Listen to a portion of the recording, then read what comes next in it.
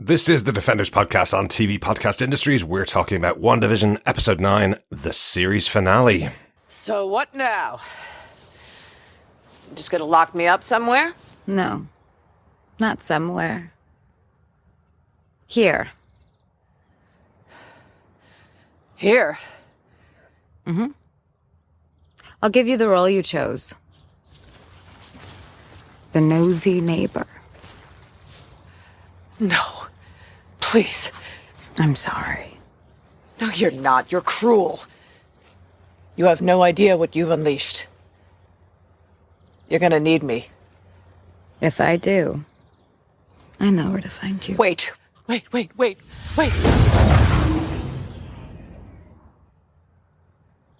Hiya, hun. Say, that's some kind of getup you're wearing.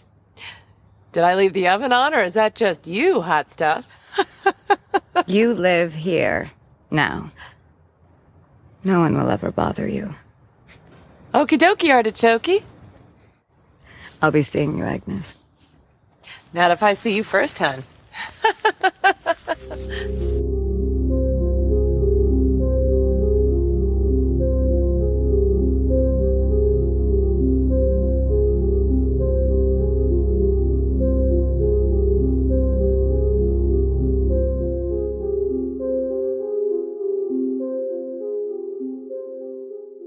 Welcome back, fellow Defenders, to TV Podcast Industries. We're talking about the finale of WandaVision, Episode 9, the series finale.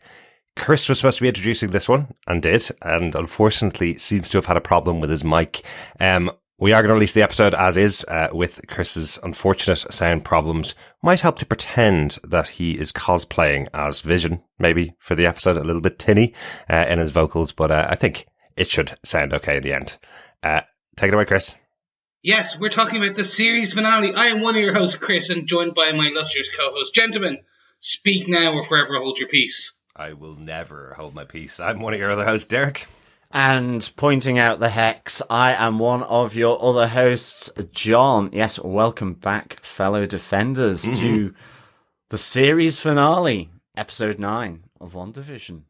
Yes, gentlemen, we are here. It is a big one. We have officially come to the end of the first Disney Plus Marvel MCU, or just MCU if you will, Marvel Cinematic Universe TV show. It is here. We are done. We've done all 9 episodes, and what a 9 episodes it has been. Absolutely. It is just, what are your thoughts? Quick, give me your quick spur of the moment. Where are you at this before we jump into it?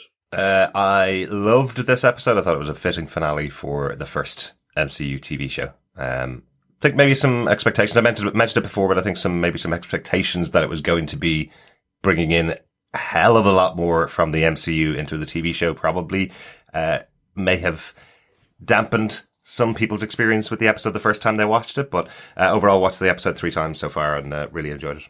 I loved it. Oh my goodness. This is 11 on my rating. I just loved this. Mm-hmm. I think it was real, like, wham, bam, thank you, ma'am, kind of thing. It just felt epic. It was really, really good. I loved Agatha and Wanda's battle. I loved the Vision battle. I loved just, zombie witches coming back to life in the sort of memory library of Agatha. It was just so good.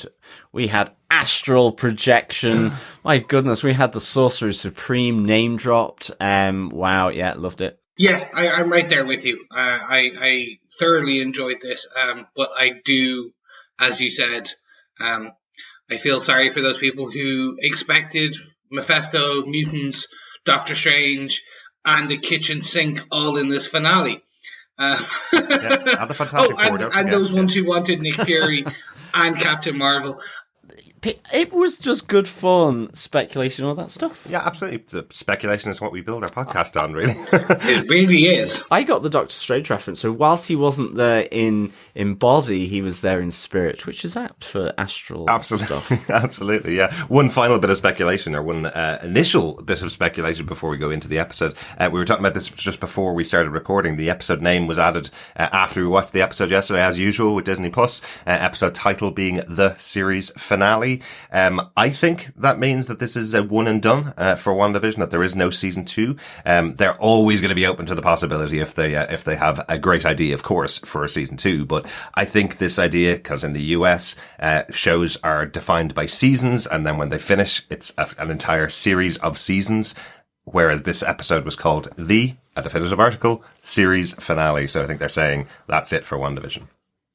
I disagree. Okay. I believe, if anything, it's just they don't have the story yet, because Wanda's story will be continued in Doctor Strange, as we've been told. Doctor Strange and the Multiverse of Madness. Her story will continue there. It very much depends on where we are post that. And I think the key thing, and Kevin Feige has said, they have some ideas of where some of the other shows would go in the season 2. They just don't have a full picture of where Wanda would go and Vision would go. He said that some shows are built with an idea for a second season, and some shows are built leading into a future movie. This one's leading into a future movie is one of the things. Speaking about speculation and more speculation, I want to just quickly pull in some feedback, because we got some feedback during the week. It's better to pull this in now at the beginning of the episode before we go into it, because these are pieces of speculation about what people thought was going to happen in the finale, just in reference to what we thought. Jerry sent in an email to us over at feedback@tvpodcastindustries.com. His speculation was that Dottie is Clay. Clay is working with Dormammu.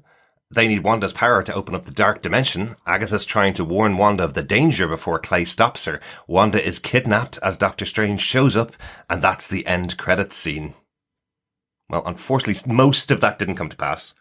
Almost all of it. We did have a little bit of a reference to Doctor Strange.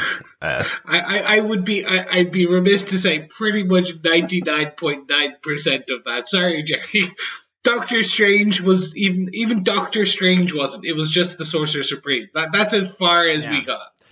I have to say, I saw this coming from Jerry, and I was like, that is awesome. Yeah. I love all this kind of stuff. And also, I should add, given that it tied in with a Dormammu 3.5 hour special that I recorded with Tomes of Evil podcast, then yes, I was quite excited by this.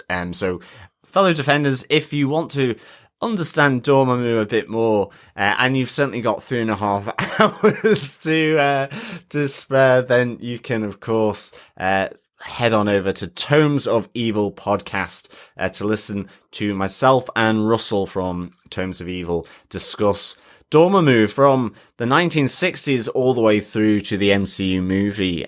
So yeah, a lot of detail there for sure. And it didn't last 50 years. It lasted 3.5 hours.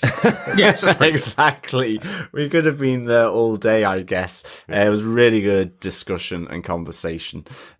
So yeah, go on and head on over and check that out. And while we are plugging some things, I would like to promote that my two fellow podcast hosts are also on another show, the one and only Fakest. The season trailer dropped last week, and I do believe you may recognize some of the voices. Gentlemen, give your plug before we get into the second pre-episode release email feedback we got. Yes, the Fakest. This is where we put on our acting chops, and we also put on our improv comedy chops. For that's a lot Fakest. of chops. Yeah, it is a lot of chops. For season 3 of The Fakest, where I reprise my role of Ron Jolliver. Yes, the I guess aka John Oliver in a different reality, not created by Wanda. A multiverse? It is a multiverse of our own verse. Yeah, kind of. The Fakest is a comedy show with the idea of a news station that only deals in fake news.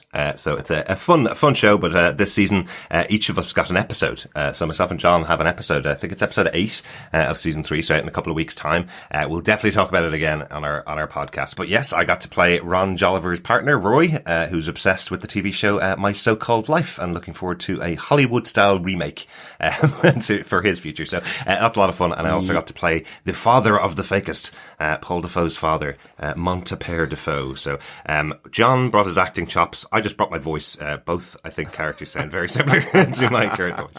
But anyway, yeah, a lot of fun. Go over to the Fakest and check that out. Yes. We do have one other piece of pre-episode feedback, as Chris mentioned, to talk about. Eric Carroll says, I just wanted to throw it out there before the episode airs. I think the last episode will be called Special 2-Part Season Finale and be the longest episode so far, based on the rest of the titles being TV related, and lots of season finales of sitcoms are double episodes. Love the podcast. Looking forward to the finale.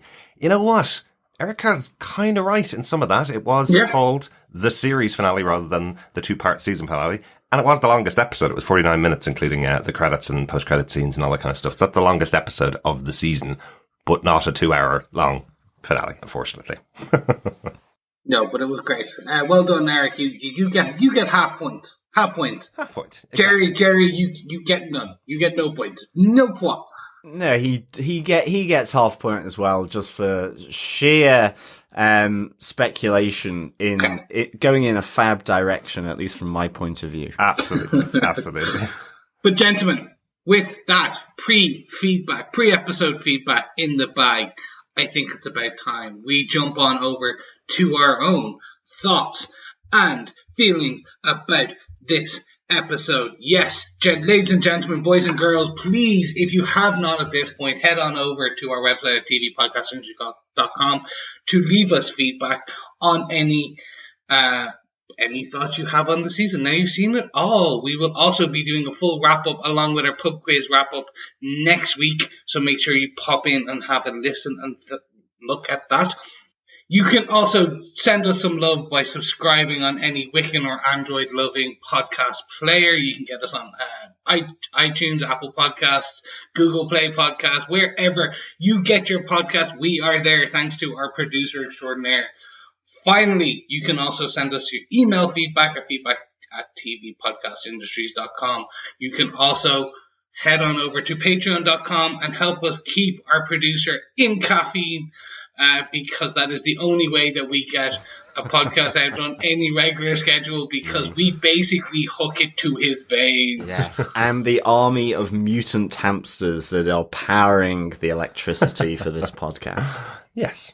So essentially, we have a hex going around, and they think they're in their own special world, their own Westview, but it's actually just powering that hub of our podcast. We call them the X-Hams. Or the H-Men. Anyway, gentlemen, let's move on with this season finale. Derek, do you want to tell us Dare I the say episode it, the details? Inhu-Hams. That's pretty good. That's pretty good. Yeah, that will stay. Go on.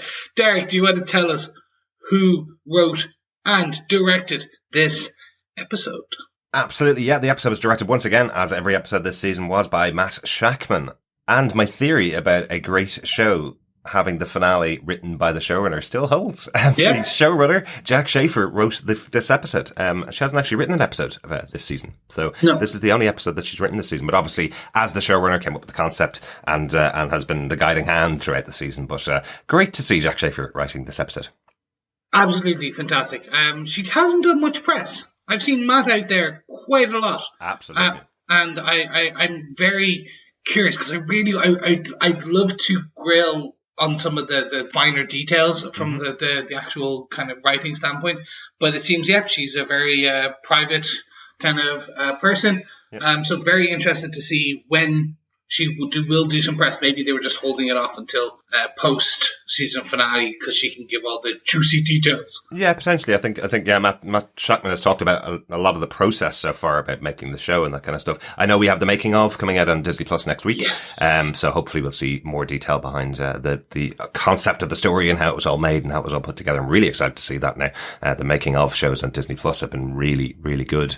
But John, do you want to tell us what they gave us with your synopsis for this final episode of WandaVision? Okie dokie, artichokey. Westview becomes the battleground between both magic and sentient technology, as both Wanda and Vision fight for home, family, and themselves. Agatha Harkness and the newly crowned Scarlet Witch, Wanda Maximoff, face off against each other as Agatha explains the Darkhold Book of the Damned. She begins to absorb Wanda's power and offers her a bargain to return to a peaceful life. Meanwhile, White Vision, sent to neutralize Wanda, battles to destroy Vision. But who is the real Vision? As fighting becomes a philosophical debate, both Visions reach an understanding, and White Vision disengages from his attack and leaves. As both witches float above Westview, Agatha's offer is shown to be a double cross, as Billy, Tommy, and Vision are caught in Wanda's created reality, and will disappear if the hex is removed. But Wanda has a few tricks of her own as she employs the magical runes to neutralize Agatha's magic, and return her to the eternal nosy neighbor, Agnes.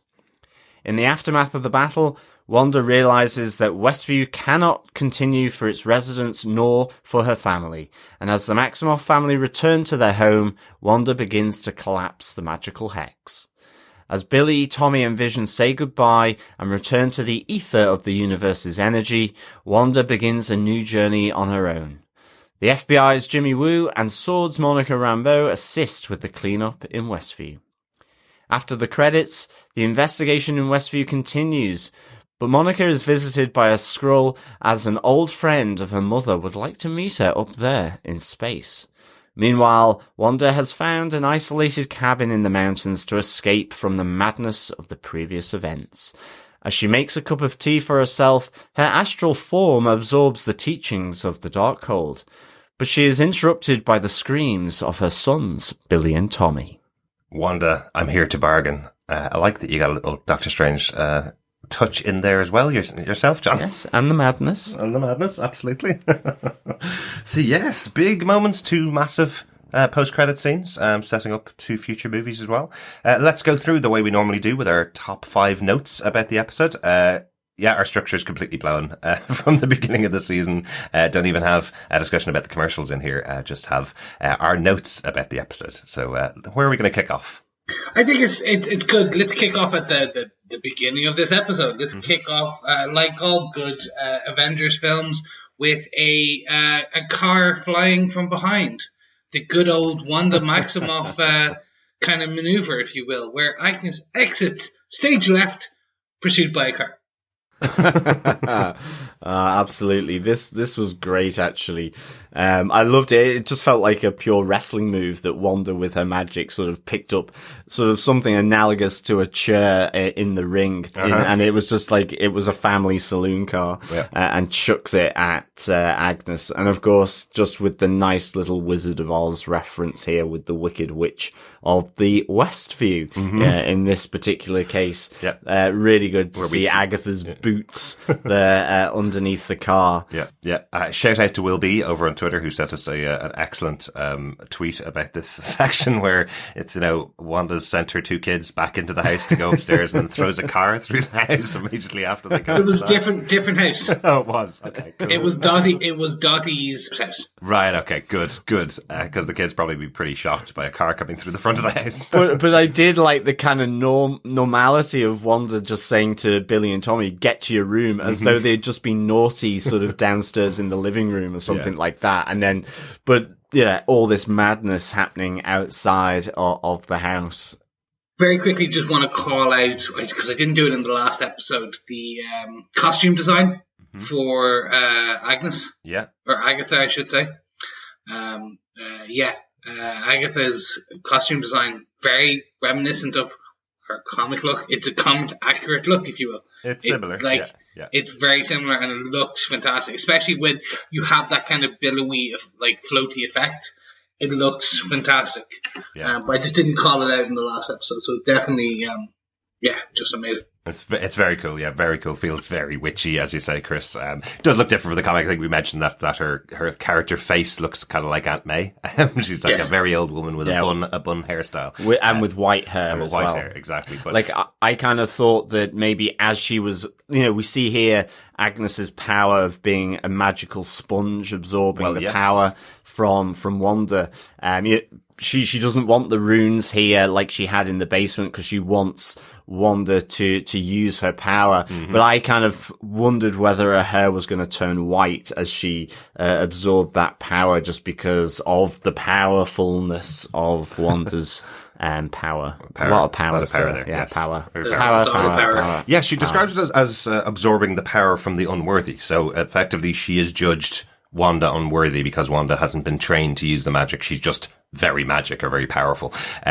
Loved that, the way of showing her absorbing the magic where Wanda's hand goes completely black. It was like Dumbledore in Harry Potter. It felt like her hand was withering as she went. Like we did see that obviously in Salem when she absorbed all the other witches' powers and they all get turned into these skeletons basically on the ground as everything gets sucked out of them. But I love just that touch of the hand turning to black. It's very cool.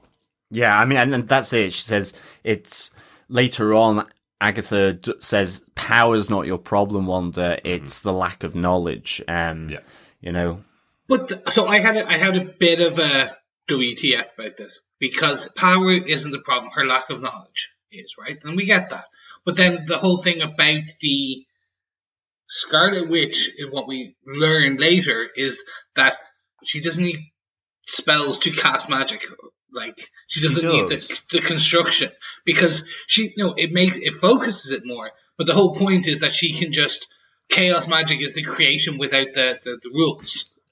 I think it's more that she doesn't have the knowledge, but it's pure instinct. So it's that kind of idea that if she was a 100-meter sprinter, she would be damn fast. Yeah.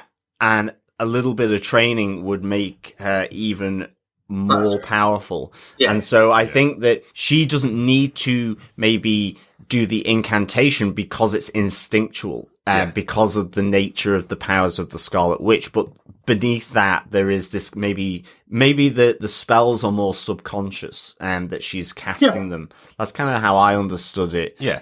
She guess. Effectively brings two children into existence and her former lover into existence. Can you imagine what she could do if she had a manual showing her how to do all the other stuff? Can you imagine how much more scary she would be if she was able to do all that other stuff? And yes, we will talk about that. We don't have to because it's like, oh my god, guess what? Anyway, let's move on.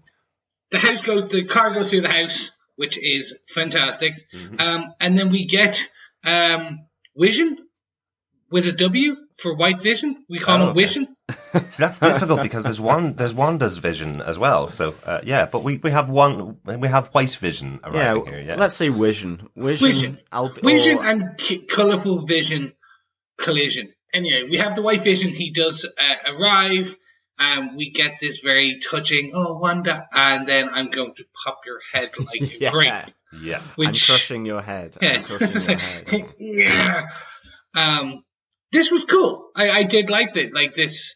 Although I do very much hate Paul Bettany for the trolling, for those who aren't aware. Previously in a lot of the press in the last couple of weeks, he's been like, yes, there's a couple of scenes coming up where he got to work with this amazing actor he's always wanted to work with for his whole life. And that actor turned out to be himself. I think that is awesome. I'm so impressed. I am so impressed. Like, you might as well build up yourself, right? Nobody else is going to do it for you. So one of the best actors of my generation, born around the same time as me, that I wanted to work with all my life and never got the chance to work with. I absolutely love it. I thought it was brilliant. And I have to say, all props to Paul Bettany. Both characters felt completely distinctive. Yeah, really good job. Yeah, really good even job. Like the facial expressions of, just White Vision had this kind of disdain look on him all the time. He's almost doing different things with his lips as well. It was really, really good. That's cool. He also tweaked the voice. Yes. He did, didn't he? Because I got more of a, while Vision has almost like a curiosity peak to the tone when he's talking, the White Vision, I just got very computational, direct. I don't know if that makes sense. It just sounded different. It did, yeah. You could definitely hear more of Jarvis in it. Yeah, you could hear more of the original Jarvis back in the day. I actually was wondering, because there's been some reference to, and we joked about it before, that if you Google the cast for this show, James Spader appears on the cast list. But I was wondering whether they actually mixed in a bit of the Ultron voice into it. But no, it's definitely Paul Bettany, and there's no credit for James Spader at all. So. I guess as a sentient piece of technology, he can have a built-in voice modulator. So he could go go full on Cher if you wanted to, Maybe. I guess. Maybe. Do Or you suddenly believe Channel in Friday love after love? from the Iron Man movies, maybe. Somebody starts talking like an Irish voiceover artist, maybe. But is there anything else about Agnes being pursued by the car? Anything else in this initial battle as we start off the episode? I like the fact that Agatha's wit, or Agnes's wit, is, that little connection between those two characters is there, where, because as White Vision's crushing Wanda's head, she's saved by Vision, and just Agatha saying, your ex and your boyfriend at the same party. This is awkward. It's just there's some really nice sort of bits of dialogue from Agatha throughout this, which I really, really liked. Yeah. I think Catherine Hahn is just so good in delivering them. Yeah. I mean, it's just like the wink meme that's going around. She's done some really iconic kind of stuff here in this series. I'm so glad Marvel and I'm assuming Feige and a few others, the casting directors and the scriptwriters, have learned from previous mistakes of killing bad guys, or killing off bad guys. Like this, they have, spoiler alert for when we talk about it later, they kept her alive. She can come back, and that is amazing, because she is just, that wit, that sarcasm as the character. I could take an Agnes show by itself, like an anti-hero Agnes kind of show by itself. It would just be, as a leading character, if you will. Yeah, I love Catherine Hahn. I think she's been brilliant, and again, as you say, I love that she's been kind of put on ice. Can be used later in the future. Yes. Like, that's really cool. Just a quick other one from that moment as well, where Vision comes in and saves Wanda from White Vision. I love that we do have an actual moment where Wanda looks at Vision and says, "I'm really sorry. When I should have told you what happened when I realized what had been done." So kind of making amends almost, because remember, they've been apart for 2 episodes now. They haven't had any interaction between each other for 2 episodes since he tried to get out back in the Halloween episode. So I like that there's that moment between the two of them before everything goes a bit mental in Westview. So I thought that was kind of cool. Speaking of things going crazy, let's get on to note number 2. I suppose it's the battle continuing into the city of Westview. Love how this is all resolving. The concept that basically there's now a choice here for Wanda. She either chooses to release everybody in Westview and shut down this whole thing that she's got going on, releasing everybody of Westview out into their normal lives, or she's able to keep her family because she's tied the spell that she's done into bringing back Vision and bringing alive her 2 kids. So I really, really like this. I love this kind of idea that she has to make this big sacrifice for the people of the town, or allow her children to survive and still imprison the people in the town. Yeah, definitely. I mean, I love the whole tension here between that. I mean, there's some really great moments where it's like, let's fight for our home, that Wanda and Vision sort of exchange with one another right at the start. You've got effectively magic on magic and vision on vision action going on. And there's a really great moment as well, very reminiscent of The Incredibles, where Wanda does the dome over her, and Vision and the 2 twins to protect them from Agatha. So this is like, I loved, just how they come together as this family unit to defend themselves, but also their siblings and their mother and father and all this kind of stuff, and the family. Really, really good. There's so many things then that come through here, like with the Westview residents coming back. It's just really, really good. Like some big epic fight scenes here. True. In this moment between Wanda and Agatha and the 2 Visions as well. True, but also in the spirit of WandaVision, I love that it is coming down to conversations, effectively. The way that Agnes uses her power to effectively take out Wanda and to try and convince her to give Agnes her powers is by releasing some of the Westview residents, by giving them back some part of their memories. They don't seem as freaked out. Like we saw Norm released by Vision earlier on in the season, and he's freaking out about the fact that he's got a sick father and his sister's all alone, whereas everybody else here seems to have seem to be released slightly differently. They all seem a bit more measured and also feel like they can maybe plead with Wanda to allow their children to be released into the world, to allow them to be back with their families. So we see Dottie is actually just a resident of Westview. She's not a massive character like we thought she could possibly turn out to be. Real name Sarah. It's real name Sarah. Yes, has a young daughter who could maybe be written into the storyline if you wanted to have a friend for your children. She's really pleading with Wanda to allow her to live at least with her child in this television show if it is going to continue. Yeah, I really love this moment where Agatha breaks the connection that Wanda has with the people of Westview. And what does she say? She says, she's your meat puppet. I just cut her strings. Again, a nice little maybe nod to Ultron with the puppet in the strings. I absolutely had the voice of James Spader in my head singing cut her strings. But as well, it's kind of, it fits in with that whole witchiness about it where, you know, it's the back in the 16th century or whatever, where it's, you know, the townsfolk of the village being terrorized by the witch in the woods. And it's this idea of that this is happening here in Westview. I love that. And as you say, initially it's with Sarah, but then Agatha releases all of them. And I love that you have the people from the series like Norm and all of them coming up to her and effectively having a good give out to her. Yeah. You know, that, we have your nightmares, that this grief that she has is poisoning them and the pain that they feel.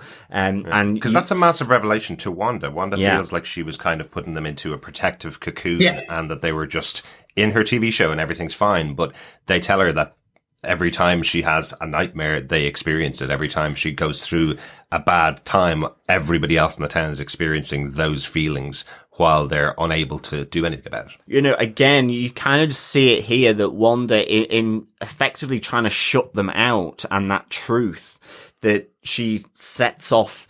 It looked very Raiders of the Lost Ark to me, where the bolts of red magic go out and to form this stranglehold around all the residents. And ultimately she then sends a huge plume of her magic to break down the hex barrier to let the people of Westview leave. And in that moment, that's where she understands that if she does this, then Vision, Tommy and Billy are going to start to disintegrate. Yeah. Or they do, I should say.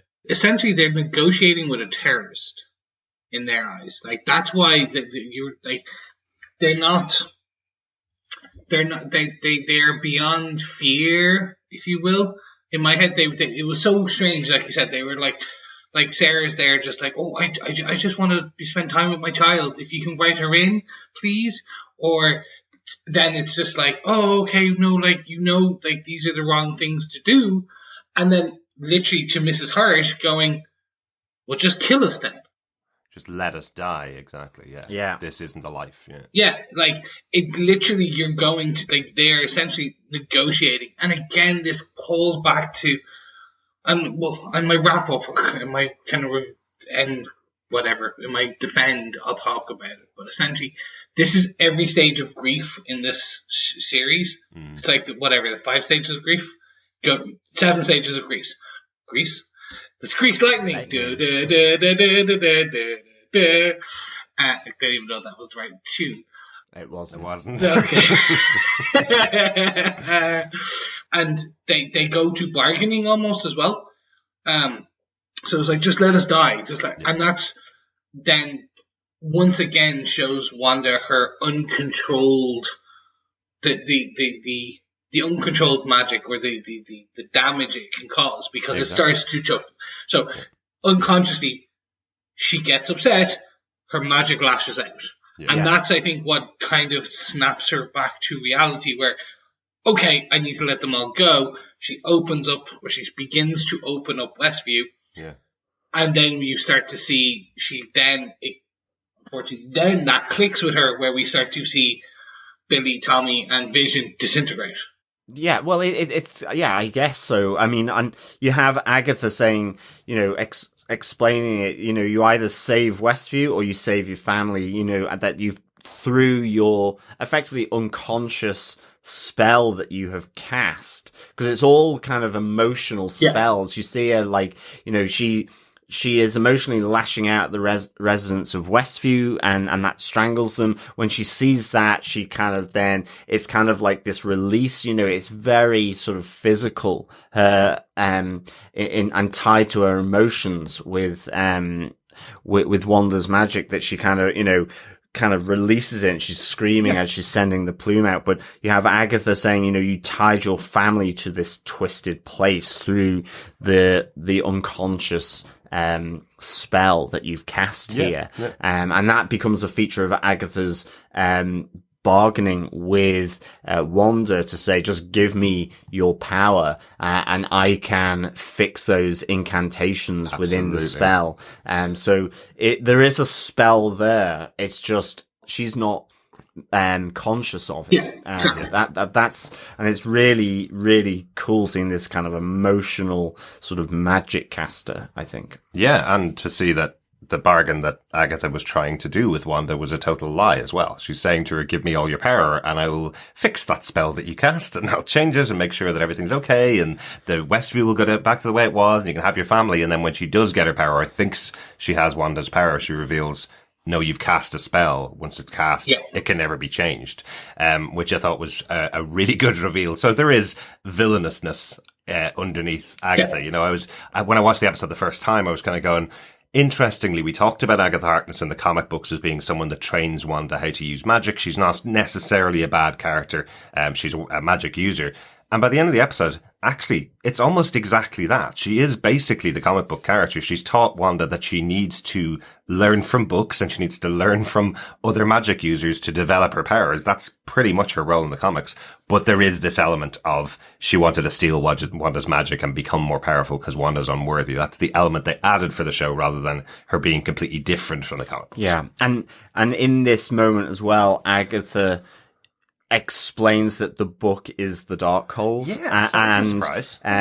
And opens the power of the Scarlet Witch exceeds that of the Sorcerer Supreme, whoever may hold that title. Exactly. And she may not have met Doctor Strange. No, and it's kind of a little sermon-y, isn't it, I guess, where she's floating and the book appears before her. But in this moment, then, she gives Wanda at least that knowledge of this book and what it holds as well. Yeah, no, this for me was great. Like you said, it's the training of the Scarlet Witch. Yeah. You're right. They took the small premise of Agatha Harkness trained Wanda, and they basically went, oh no, but what if she trained her by essentially pointing a gun at her? It's like, you run now.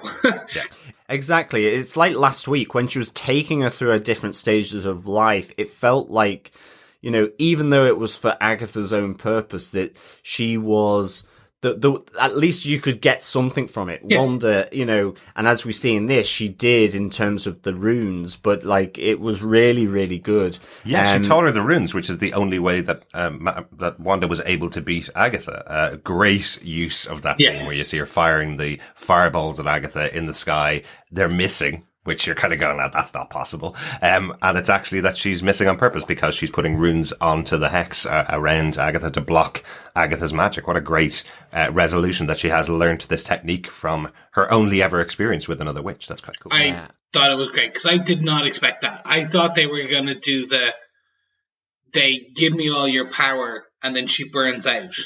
Because I thought it was going to be too much power. Too much power. Yeah. I can't control it. And she sucks it all in, explodes, and then it all flows back into Wanda. I thought that's where they were going to go. Because I thought they were going to kill off Agnes or Agatha. I thought they were going to kill her off and make her just an expendable witch. Yeah. But I was so happy to see it was they literally called back. It's like, I understood that reference. They literally did that. I was again, hand clap to the writers. You didn't take the easy option. Absolutely. Yeah, I loved how the transfer of power was done as well. I thought that was really cool, and certainly sort of as it flows back into Wanda and she gets her Scarlet Witch costume as well, I was just like, oh my goodness, they've put a costume on it. This is awesome, because otherwise you would just be literally going around in sweatpants and a, you know, for the rest of her days in the MCU, sweatpants and a Red sweat hoodie. top and a hoodie. Yeah, you know exactly. what? My favorite tweet I saw this week after the episode was everybody thinks that we've all spent a year in sweatpants because of the lockdown. Look what Wanda accomplished in sweatpants. Exactly. Yeah, that whole formation of her costume comes when she goes into the mind of Agnes and goes back to that witch trial in the 1600s in Agnes's mind. I love this. That whole scene where it's her trying to control Agnes's mind and show her that moment when she was supposed to be torn apart by the witches. And it looks like Wanda thinks it's going to turn out that they will get their revenge effectively, that they will tear Agnes apart. But once they all realize that Wanda's in their head, I guess Agnes has some control over that. But once they realize Scarlet Witch is in their head, I love when you hear their voices start to chant Scarlet Witch and then turn on her.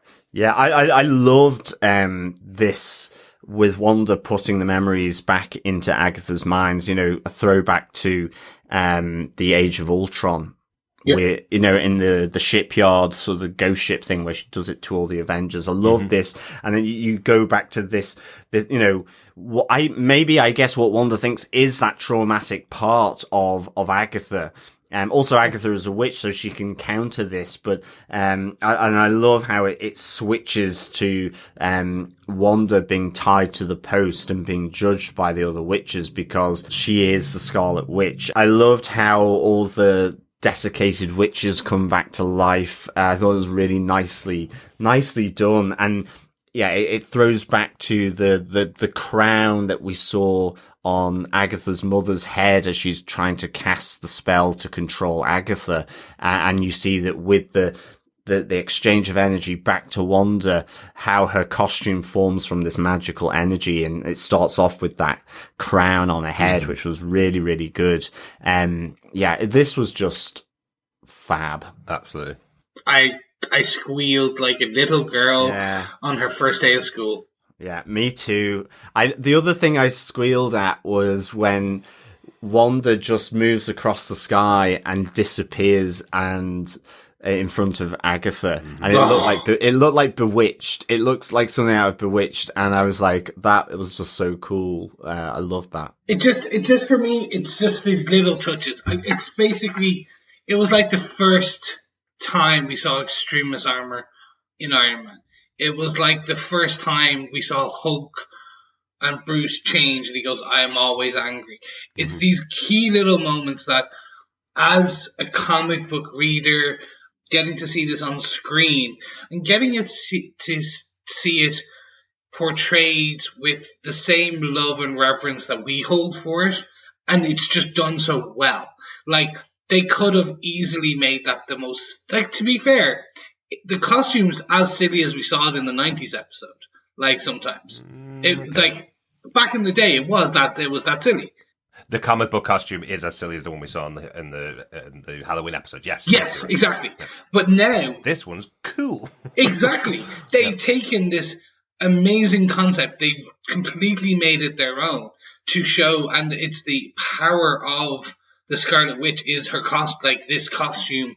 Like, they even gave it a hood at the end. Because she had a hood on, they gave her own kind of witch's cloak hood. I loved that. That was such a great touch. But isn't it Tommy that says to her, or Billy, when she comes back to Earth wearing the full costume and just looks at it going, Mom, you look cool. Yeah. They've nailed this costume. They've taken the basic concept that we've seen in the comics for years, and like a lot of the costume designs that we've seen for Captain America's suit that can look really bad with the wings on the head, the costume design for that from Civil War onwards has been fantastic. They've been able to get a really good version of the Scarlet Witch costume that looks very like the comics, but is really cool. Yeah, exactly. And like it's said, I recently rewatched Black Panther, right? Mm-hmm. And the touch in the Black Panther film where it does, like, the vibranium, the way it shimmers, it doesn't just look like what it could be in the comic books, which was just a guy in a big black leotard. Catsuit. A catsuit, essentially. Like they were able to tweak this, and they took something that could have looked cheesy and just added their own touches. They gave it that realism, but at the same time, you could see the elements of it in the Darkhold as well. In the Darkhold, it had these little tentacles coming out the back as well, almost like magic ripples of energy. I think. Do you remember we saw that? There's the Doctor Strange. What was it? Infinity War or Endgame? One of them, where he had it was kind of like the multiple armed kind of godlike. Infinity War. It was his battle with Thanos. Yes, I could see that as well, which is they'll give her she'll end up having these scarlet wings of magic kind of tendrils coming off, and it wouldn't look out of place. Yeah, maybe with that costume. I do love the costume. I love that they've created it. And we haven't really mentioned, we did say that we kind of thought it might be the Darkhold, but the Darkhold is really important for Marvel TV because the Darkhold has been in Agents of S.H.I.E.L.D., it's been in Runaways, it's been in other TV shows in the Marvel TV verse, which hasn't really been referenced back into the movies. I think the only reference ever to Marvel TV was having Jarvis from Agent Carter being in Endgame. That was the only person that's ever come from TV back into movies. So them referencing the Darkhold and having the Darkhold be the book they're talking about, because it could have been one of 20 different books from Marvel Comics. They could have chosen anything else. They chose the Darkhold, which is quite cool. Really, really impressed with that. They had to, though, because of the connection to some of the big bads that we assume might be coming. Well, maybe. As I say, I think it could have been one of 20 books. They could have explained any other book as being as important as the Darkhold. Loads of different books in the comic books. There's loads of different books that were even mentioned in Doctor Strange that could be as important as the Darkhold. So it was really interesting that was in there. That's the kind of big battle in the episode. And obviously, there's lots of other stuff that's gone on in the episode, but really the battle between Agnes and Wanda is that kind of central point, the actual fighting battle, but there's loads of other stuff going on. You mentioned in your synopsis, John, the end point to this is that Agatha becomes Agnes, the nosy neighbour, forevermore. She's now stuck inside here, unable to use her magic, and has been returned to just a new neighbour that's moved in who's really nosy. That's going to be her character forever. So the reason we've been confusing Agnes and Agatha, or at least I have been saying either name, because they're both interchangeable now by the end of this episode. She is Agatha Harkness, but trapped in the body of Agnes. Yeah, she's locked to Westview.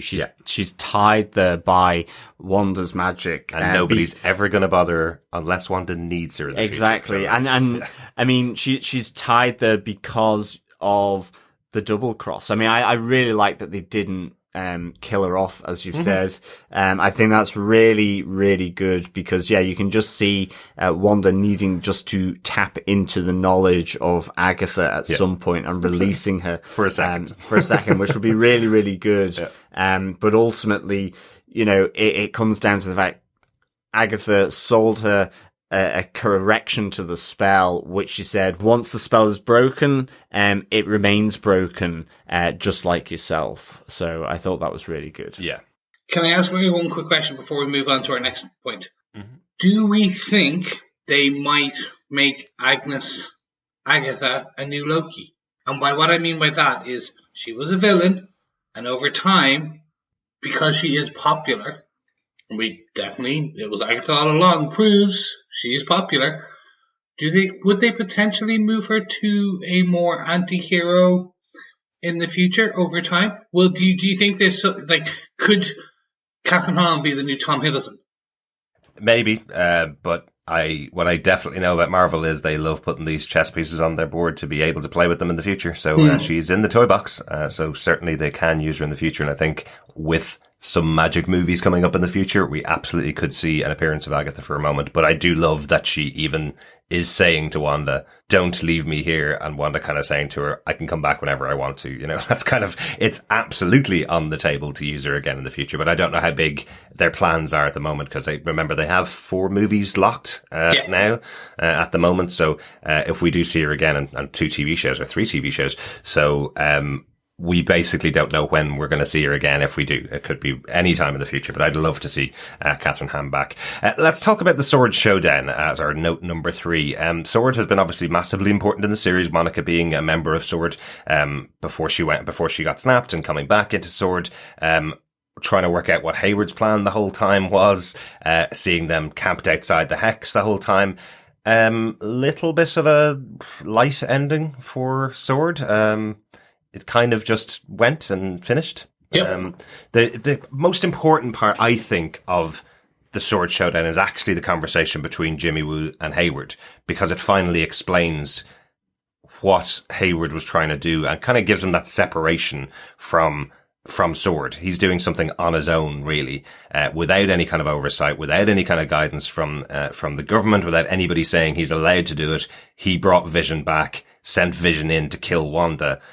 And what he says to Jimmy is, it won't matter, because once she's dead, when my Vision walks out, everybody will just assume this is the one that Wanda brought back to life. So I will get no blame, and I'll get all the benefit of killing off this super powerful witch, effectively, who did this horrible thing in New York. So that's his justification of what's going on. I think it also speaks back to some of the stuff we saw earlier on in the series, with him saying he was left behind in the snap and had a massive job to deal with running this massive organization that lost a lot of people and lost their ability to go into space because nobody wanted to go back there. There's things that are in there that speak back to what happened earlier on in the series, but he, as a character, becomes a comic book villain at the end, right? He's a terrible comic book villain. For me, this was a complete... they wrote themselves in a corner. I don't know what happened. It was just... literally, they turned him into that comic book villain to the point where he did his villainous monologue to one of the heroes and then tried to shoot some kids. Yeah. They literally, they could not make, they comic bookly turned him into a bad guy. The shooting the kids, I really didn't get. I thought that was really out of character for what we've seen from Hayward throughout the series. Yeah. He literally steps out of his car and shoots and empties his clip. It's not even that he shoots once or twice. He absolutely empties his gun at 2 kids.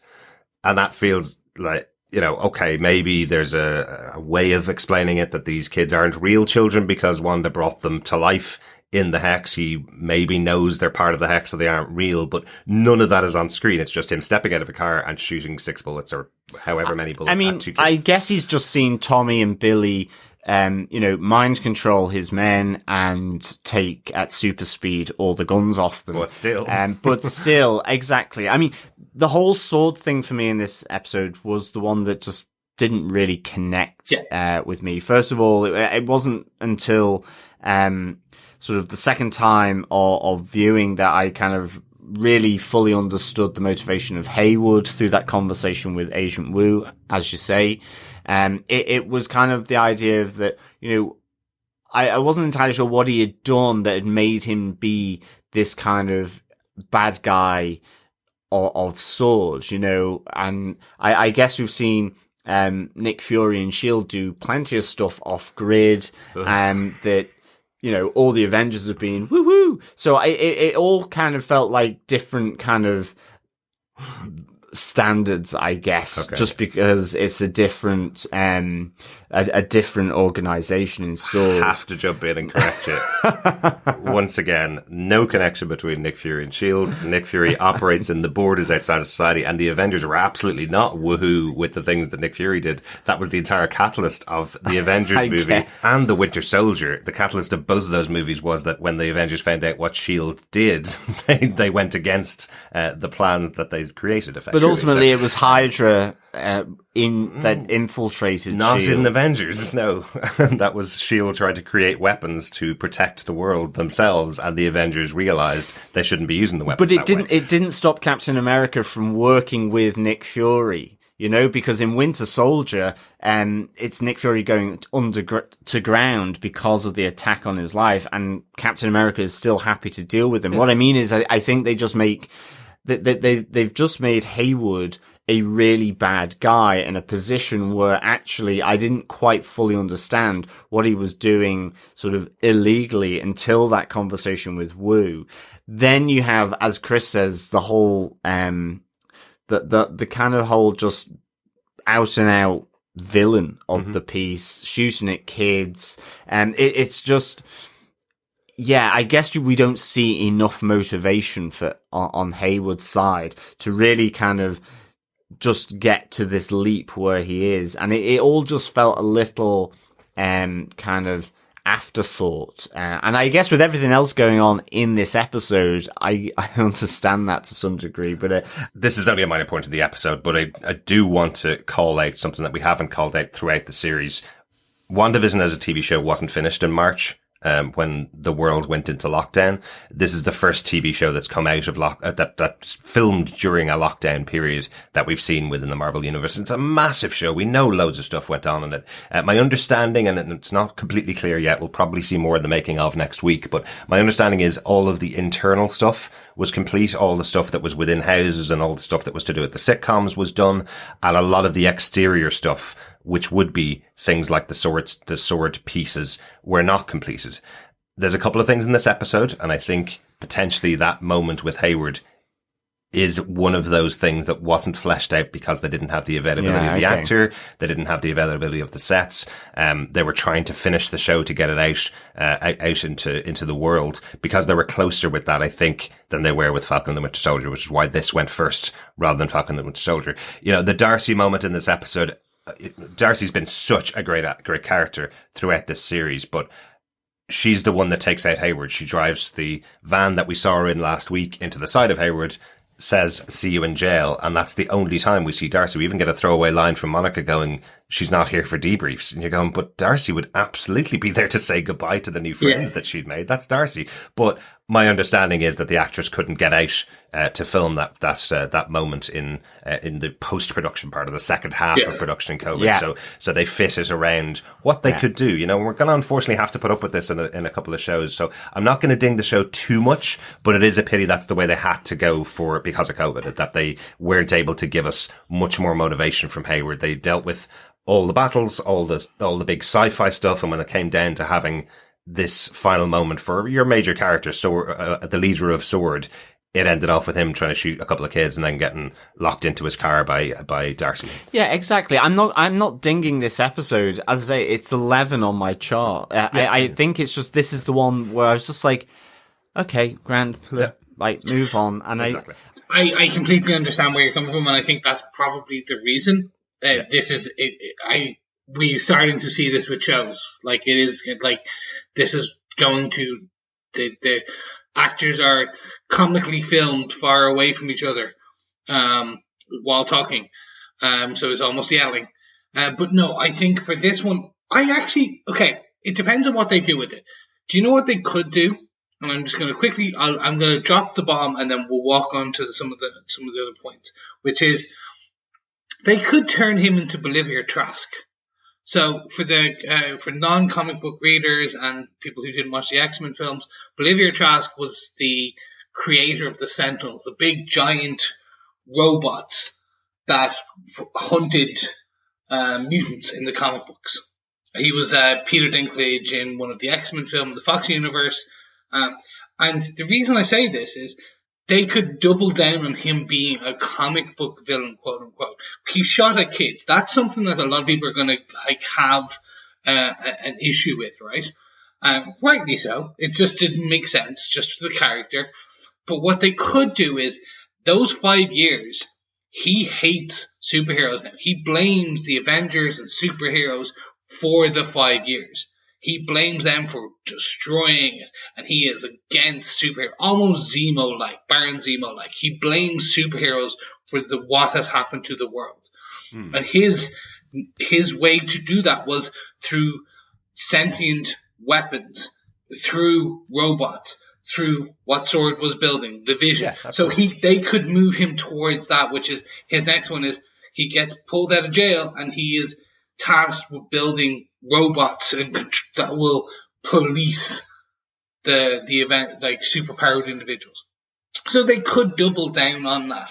It felt just slightly out of character. That was all. The moment itself, absolutely. And they have set that up, Chris, in the show. They've specifically said, what happened was we lost half the population, including the superheroes. We can't depend on the superheroes to save us. We have to do whatever we possibly can to save us. You're right, though. This particular moment just felt completely out of character for him to shoot at two kids. But the other parts that are happening in this episode, we finally get the follow-up to what happened back in episode 7, where Monica was captured by Evan Peters' character, who we find out in this episode, exactly as we thought, is in fact Ralph, the hidden husband of Agnes. And we get probably the worst joke that we've ever seen. I love this joke, Ralph Boner. Terrible. Great. Ralph Boner the Stoner. So Monica's been trapped inside his man cave now for the last few weeks. So we kind of see the reason why Ralph was chosen here. Ralph is a single guy in this town of Westview with his own home.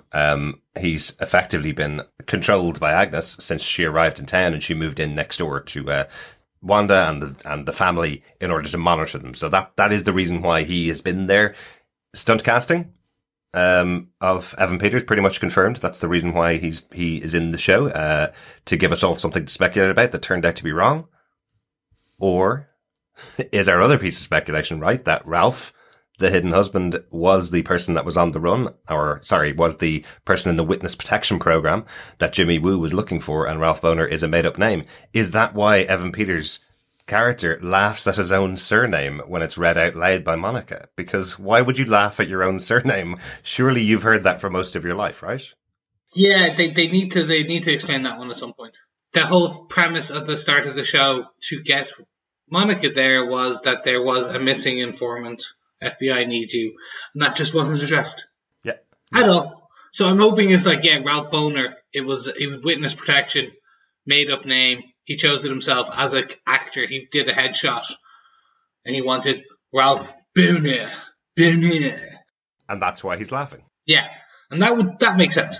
But I did want to call out that obviously making COVID is a very difficult thing. We've been locked down. We're still in lockdown in Ireland. We're locked down until April. We haven't been able to leave our homes or go to our offices and work. And these guys put together a TV show, able to get people across the country to the sets where they needed to be filmed. Most of them anyway. So definitely needed to call that out. In this scene here, we do see some more powers of Monica. We see a fully powered version of Spectrum in these scenes as Monica saves the kids from those bullets from Hayward's gun. So we see her effectively slowing down the bullets and stopping them from hitting the kids. That's cool. That was really takes cool. The kinetic energy. Yeah, really, really good. And we also see Billy take the bullet and pluck it, stop it in midair with his powers. I have to say, I loved seeing both Billy and Tommy use their powers on the army, on the military, and I like just the little sort of conversation between Billy and Monica saying, "Oh, you've got powers too," and just that little conversation there was really cool. I did also love the reference again, another reference to The Incredibles, where the family are standing together and Vision and Monica are saying to the kids, "Well, we didn't prepare you for this, but you've got powers, so you're going to have to use them in this fight here." That was really cool. 100% Incredibles. Was that a nod to Quicksilver's moment in Fox's X-Men series, where we have Tommy running and taking, stopping all the military, taking their guns, and then taking a hat and sunglasses off one of the military. I remember that in one of the two big scenes that Quicksilver had, that he takes one of the hats from the guards and sticks it on his head while he's running. Is that a reference, do you think? I took it as being kind of just a nice nod. Yeah, 100%. Yeah, definitely. I think, look, this just was great. The one question I really love to see is how they're going to age up these boys. In line with everything else, because personally I love these actors. They're great as the characters they play. Yeah. Will we ever see them back? Yeah, that's kind of the big question that we get probably at the end of the episode. We'll talk about that a little bit. The other big moment that's going on in the episode really is Vision versus Vision, right? Yes. So our note 4, as we continue going through the episode itself, White Vision versus Conditional Vision, as the Vision we've seen throughout the series calls himself. I'm not actually Vision, I'm Conditional Vision. This is the only way this battle could have played out, right? We have the two of them both with the same powers, fighting in the sky. Very cool to see the powers, effectively seeing the kind of laser coming from the forehead of each of them battling against each other. But they can't beat each other that way. They're both as strong as each other because they are both sides of the same coin almost. So it comes down to a philosophical debate.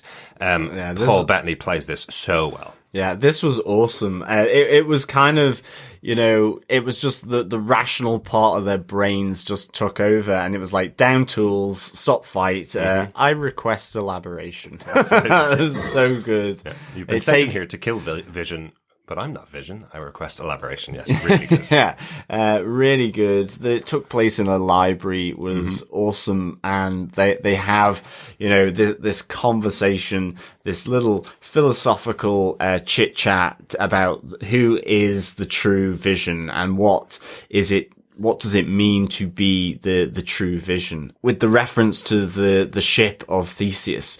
And this was really cool. I loved this kind of down tools moment between these two Visions. Yeah. Logically, this is the only way that this fight, because, and it was just perfect. Like, they could have gone down the big bash, and we got some of that. Like, we got that fantastic, wham bam, phase to each other, slam each other into the air, phase away, get grabbed last minute, swung into it. Like it was brilliant. But I didn't think they'd go down the philosophical route. I thought they'd go like the kind of thought question. I thought it would be more logical, like, well, you are Vision and I am Vision. Let us be Vision together. Right. I thought they'd go that type of route. Okay. Yep. But instead they... It's still similar. Yep. It's still similar. Yeah. So they do via this thought experiment of the true ship of Theseus. Around that, if he continues to replace the bits of his ship, is it still the true ship of Theseus at the end after you've replaced every single wood and nail? Is it still the same ship? Yeah. And that's actually quite interesting. Like, it is a good back and forth because yes, it's the experience of the ship. But anyway, it makes White Vision go, huh? And allows that quite the removal of the cataract from Vision eyes, or from White Vision's eyes. There you go. Exactly. Like, I really liked it, just how they played it. And as you say, Paul Bettany was great, sort of acting with himself there. And I loved the moment where Vision says that the rot is the memories that can fade away, where, and, this is where he draws it out of White Vision and says, but you have it there as data. You're just not being allowed to access it. And you get, him kind of, I guess, doing a thumbprint scanner on his chip. And you get the little yellow, and he realizes it in that moment that, physically, he is made up of, the true planks of the ship of Theseus, and is Vision, but they both, now have shared memories, but it's also... They both are Vision, and they're both not Vision. Exactly. The conclusion they come to. The thumbprint that he uses is effectively what we've seen Vision do throughout the series to anybody to release their memories of the past. So I love that they tied that into the end here as well. I love the eyes on White Vision as well. I like that close up, as, I guess the data download is happening. That was like, they must be some awesome contact lenses that he has to put in to achieve that, unless it is just pure digital. I'd say it's digital. Was really, really awesome. I do think it's digital. Had to check just in those scenes there, the memories that he's getting back is everything up to his death at the end of Infinity War. He doesn't have any of the memories of what happened in Westview being downloaded, at least in those images that we see. So this is a Vision that knows what happened to him up until his death, or that body's death, I suppose. And we get, I think, the I am Iron Man moment. We get the I am Vision is the final line he says before he leaves Westview. So this is the I am Iron Man, I am Groot, Captain America, nice to meet you. It's that moment for this Vision as he leaves Westview and disappears off into the world, to be seen at a future point, I'm sure. But it's not our Vision. It's not the Vision that we've been watching in WandaVision throughout the series. He goes back to his family. And we have the resolution of the story here. Wanda realizes that she has to give up this family, that she's created, and this family that surrounds her, by taking down the Hex. What an emotional way to do it, as she reduces the size of the hex all the way back to that house where it all began. You see it closing in as they say goodbye to their children in their bedrooms. It's such a touching moment. I thought it just when you have Wanda sitting with Billy and Vision sitting with Tommy, and they swap over to say goodbye to each of the children, and you feel the children know what's going to happen. As well. This for me was so good, and it connects to, you know, the outcome of the philosophical chit chat between White Vision and Conditional Vision. You know, Vision says, "Before I go, what am I?" And you have Wanda, a great sort of performance from Elizabeth Olsen here. Yeah. You know, you are the piece of the Mind Stone that lives in me. Sort of going back to the scepter and her experimentation at the hands of Hydra. You know, that, you know, you're my sadness, hope, but mostly my love. So this was really cool, and coupled with them saying goodbye to the twins, in the bedroom as you see the hex coming towards the window. I think I'm getting a bit emotional thinking about that. Yeah, it was really good. It was really intimate. Yeah. It felt right. Given as well what we saw in the last episode about how it all came into being. Yeah. And I loved the sign off from Vision, where he says, you know, memory made real, what will I be next? And we've said goodbye before. There's no reason why we won't say hello again. Was a beautiful send-off. Yeah, really good. One line that Wanda says that I just have a question on, and I don't know whether anybody has an answer to it, but when she says goodbye to her children, she says, "Thank you for choosing me as your mom." Yeah. Lovely line, but she created them out of nothing, like most parents do. She created them out of nothing, but what was that? Do you think? Is that a reference that they were pulled from somewhere else? Yeah. Is that part of the reason why we get into we'll get into that in the post-credit maybe, but did they exist somewhere else and they chose her as their mother, or is it less thought out than that? Am I overthinking it? I think it's a beautiful line that I think will come back to play something later. It's one of these. Yeah, like you've heard this line before from other mothers. Thank you for choosing me to be your mother. Like, it is something I've heard in other places. But when you take on a multiversal, an all-powerful being, they're going to be able to play with that line, and we see it later. Kind of feels a bit like an adoption of a child, and they have. You know, and it's explaining that to them when the time is right, and they still choose their adoptive parents. It feels something like that. Yeah. So yeah, I mean, I guess this is something that may be pulled out in future movies. Or even with the Young Avengers, maybe. Who knows? But it was really good. I mean, the only other thing, just to quickly maybe finish, is, you know, when it all gets brought back to ground zero, I guess, at the outline of that home in Westview, there's almost then Wanda's walk of shame back through Westview as all the residents are there. And I just thought that was kind of a nice touch, really. This walk of shame, as they're all giving kind of the evil glare to her for what she's put them through. It is interesting, though, isn't it? Like, you'd expect kind of the Game of Thrones walk of shame. You'd expect people to be throwing stuff at her for what she's done to them. I kind of get the feeling it's not 100% said in the episode, but I kind of get the feeling that the reference to the fact that they experienced her nightmare and experienced her pain does allow them to kind of give her a little bit of leeway. Like, effectively, Wanda goes off on the run at the end of this episode. She's just like she was back in Civil War. She's back off on the run again. Nobody's arrested her for what she's done at the end of this episode. She's not walking towards the military who are about to arrest her, or the FBI who are about to arrest her. She's walking towards Monica, and they have their conversation, and she goes off on the run with nobody in town specifically complaining about it. Nobody's saying, put her in prison for the torment that she's put us through. So I wonder if the unsaid part of that is because they did experience parts of what she'd gone through. They are connected. Monica does say to her, these people can never understand what you gave up to save them. But I think they do understand what she went through that put them through it, maybe. Yeah, but I guess we're not seeing the cleanup and the investigation, that's just beginning there with Agent Wu, because I mean, ultimately, it might be the reason why she is at the end in an isolated cabin. Oh, she's certainly far wanted away because she's wanted. But I would have expected like the whole crowd to gather on her and, agreed. and capture her. I think the only other thing from this was I did chuckle a little with Monica responding to Wanda saying, they will never understand why you did this. Yeah. But I guess they do if they know her memories, but Monica doesn't realize that at this stage. It's the way she says, I would want to have my mum back, because she missed her passing with the blip. Yeah. But it was just weird because in my mind I immediately thought,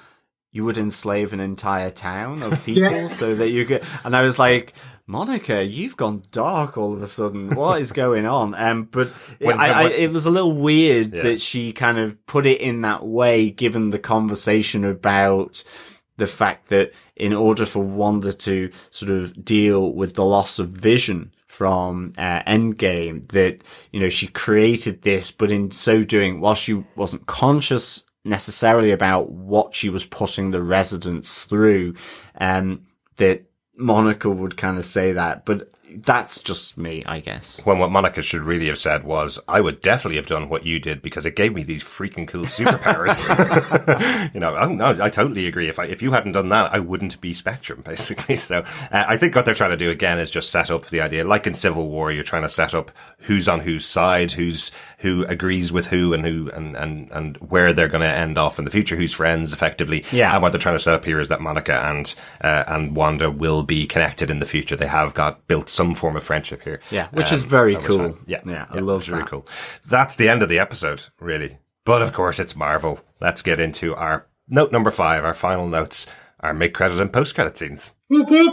So, Derek, you were kind of, your theory about a Skrull coming in was borne out here. Kind of, yeah. We have our tie-in with Captain Marvel 2, and potentially Secret Invasion. Yeah. Very specifically, we have a Skrull visitor who comes down and says that she's a friend of Monica's mother, similar to the character that I thought was a Skrull earlier on in the season. And we were friends of your mother. We supported your mother was what the character said. This character says a friend of your mother and another friend of your mother.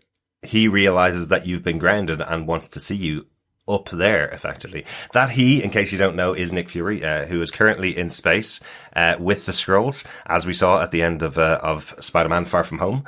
He is the character up in space with the Skrulls. So I believe this is our reference to Nick Fury. So in a roundabout way, he has become Sword in space. No, he has become Nick Fury in space. Is it Nick Fury or is it Talos? Or could it be both? It just says he. So I was like, oh my god, Nick Fury. I went, oh, but it also could be Talos. So yeah, I thought it was Talos, I have to say. Okay. I thought it was Talos. Yep. And when she said up there, I thought, oh, in the balcony in the theatre. I was expecting a bit of a walk on, similar to what we've had with like I was just like Ben Mendelsohn or Samuel Jackson to come out of the shadows. Yeah. Like that's what I was expecting, or to teleport in. Yeah. Or her to just suddenly teleport out. It was a bit, it was Marvel post-credits. It was just gonna give you enough to give you 100 theories to be spawned from this one point. But yeah, it's essentially either Captain Marvel 2 or Secret Invasion.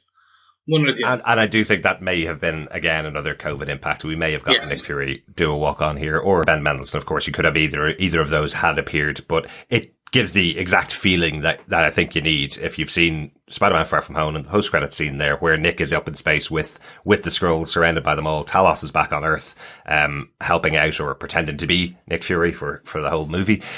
So I think it's Nick Fury in space going, right, I need to set up my team now to do whatever, to face whatever threat that is in the future. I absolutely thought that the conversation, until I watched it the second time, when I heard he wants you up there, I thought it was just Carol Danvers wants to see Monica now. I thought it was, because she's up in space. She's protecting space at the moment. So I thought that's what it was. But I think it's Nick Fury from that piece because Nick Fury has always been the one to set up the Avengers teams. So I think he's setting up the Space Avengers to take care of that. Alpha Flight's a good one. That's a good one. Second post-credit scene, I think I'm going to give this one over to John because I think halfway through the credits, after that mid-credit scene, John was like, oh, how the hell does this set up Multiverse of Madness?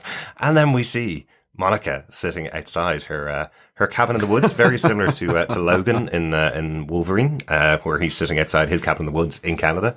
Beautiful settings these people find for their little cabins. Yeah. Do we think it's Wundagore, that they've actually just introduced Wundagore as the place?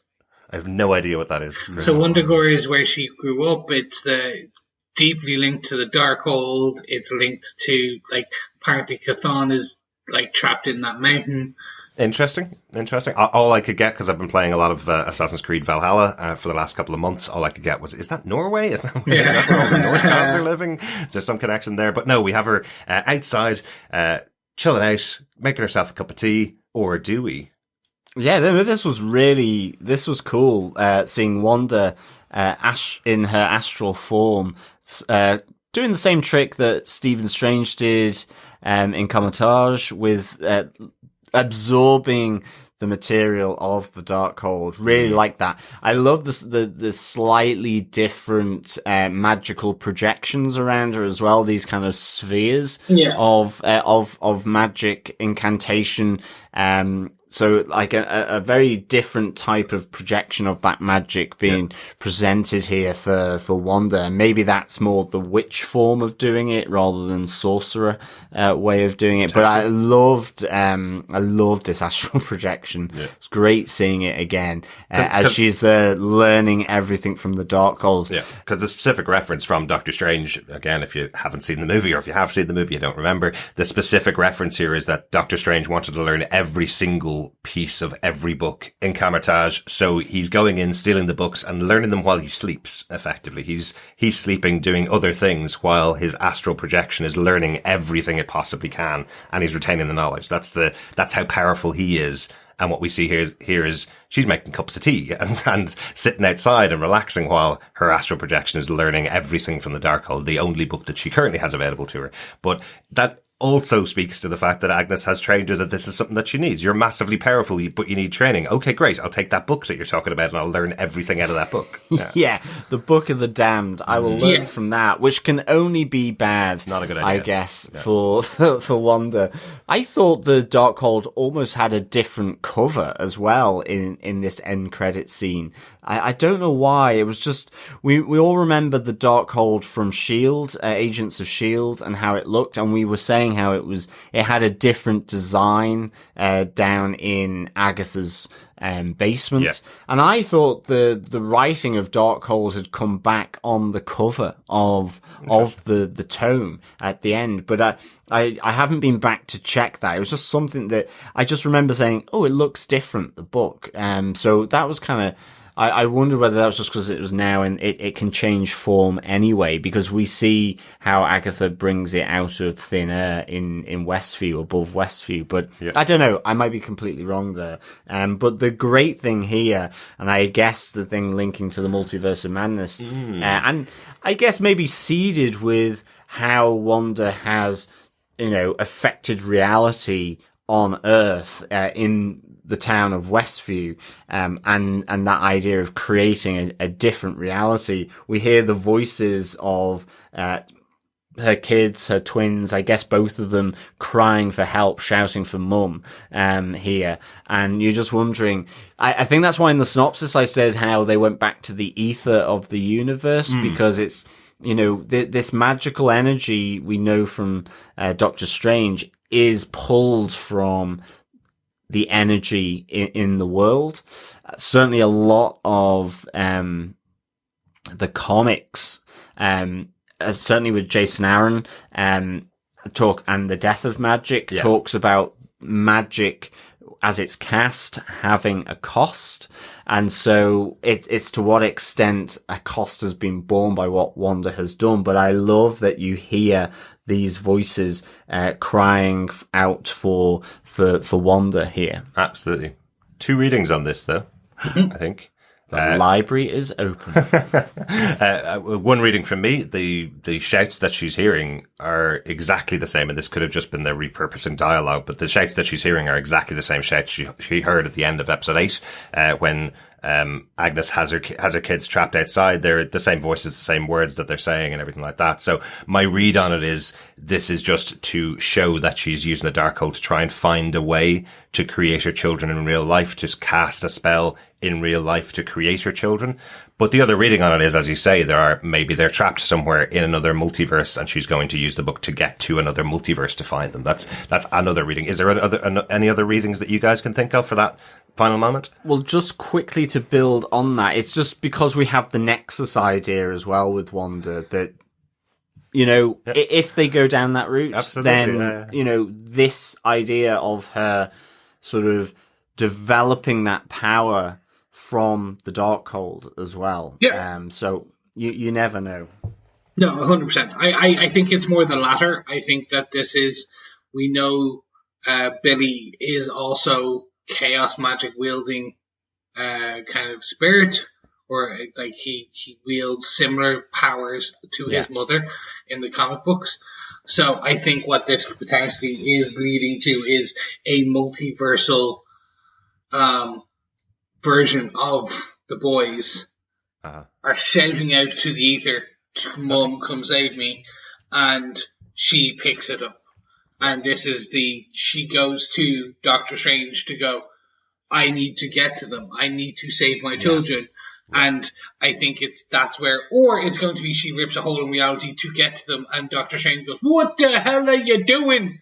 That was my Benedict Cumberbatch. What the hell?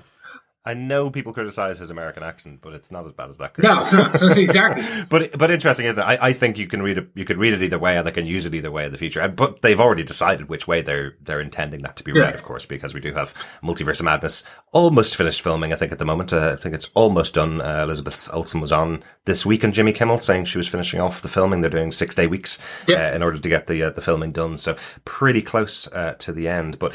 Interesting how it can be read in the future. I've just got one note that I wanted to pull out from the episode, and I don't think it means anything, but I just think Marvel knows what they're doing when they use character names. We had that moment with Jimmy Woo where he gets out of the FBI by using his own close-up magic, let's say. Mm-hmm. He steals a phone and steals a paperclip to get himself out of his cuffs, takes the phone and calls Clint to ask Clint, can he send some of his men down to help him out? The only Clint that we know in the Marvel universe who has his own TV show coming up is Clint Barton, Hawkeye. There is no S.H.I.E.L.D., and Clint used to be an agent of S.H.I.E.L.D. Who's he working for now? Could he be working with the FBI at the moment? This is 3 weeks after the snap, remember? Could he be working with the FBI at the moment? Why would they choose the name Clint as being the contact for Jimmy Woo? I can't think of another reason. So I just wanted to call out that was just the specific line of dialogue was, "Hey Clint, can you send some people down?" I took it as just it's an FBI agent, his mate called Clint, not Clint Barton. Yeah. But you never know. Yeah, I misheard it. I thought you said Cliff. Well, there you go. Maybe it was Cliff. Oh, yeah. It could be Cliff. He could have said Chris, because that's a great name. Yeah. But gentlemen, that is it. Do we have any other final notes before we move on to the finale?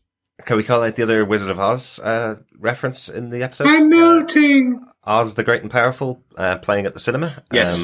Throughout the episode, you see that in the background. Oz the Great and Powerful was the sequel to Wizard of Oz, which was directed by Sam Raimi, who's directing The Multiverse of Madness. Yeah, and it was dark. It was pretty dark. And dark. It's pretty dark. And of course, yes, lots of witches and wizards and magic in those movies as well. So, but a lovely reference to the upcoming movie directed by Sam Raimi. So nice little touch in there.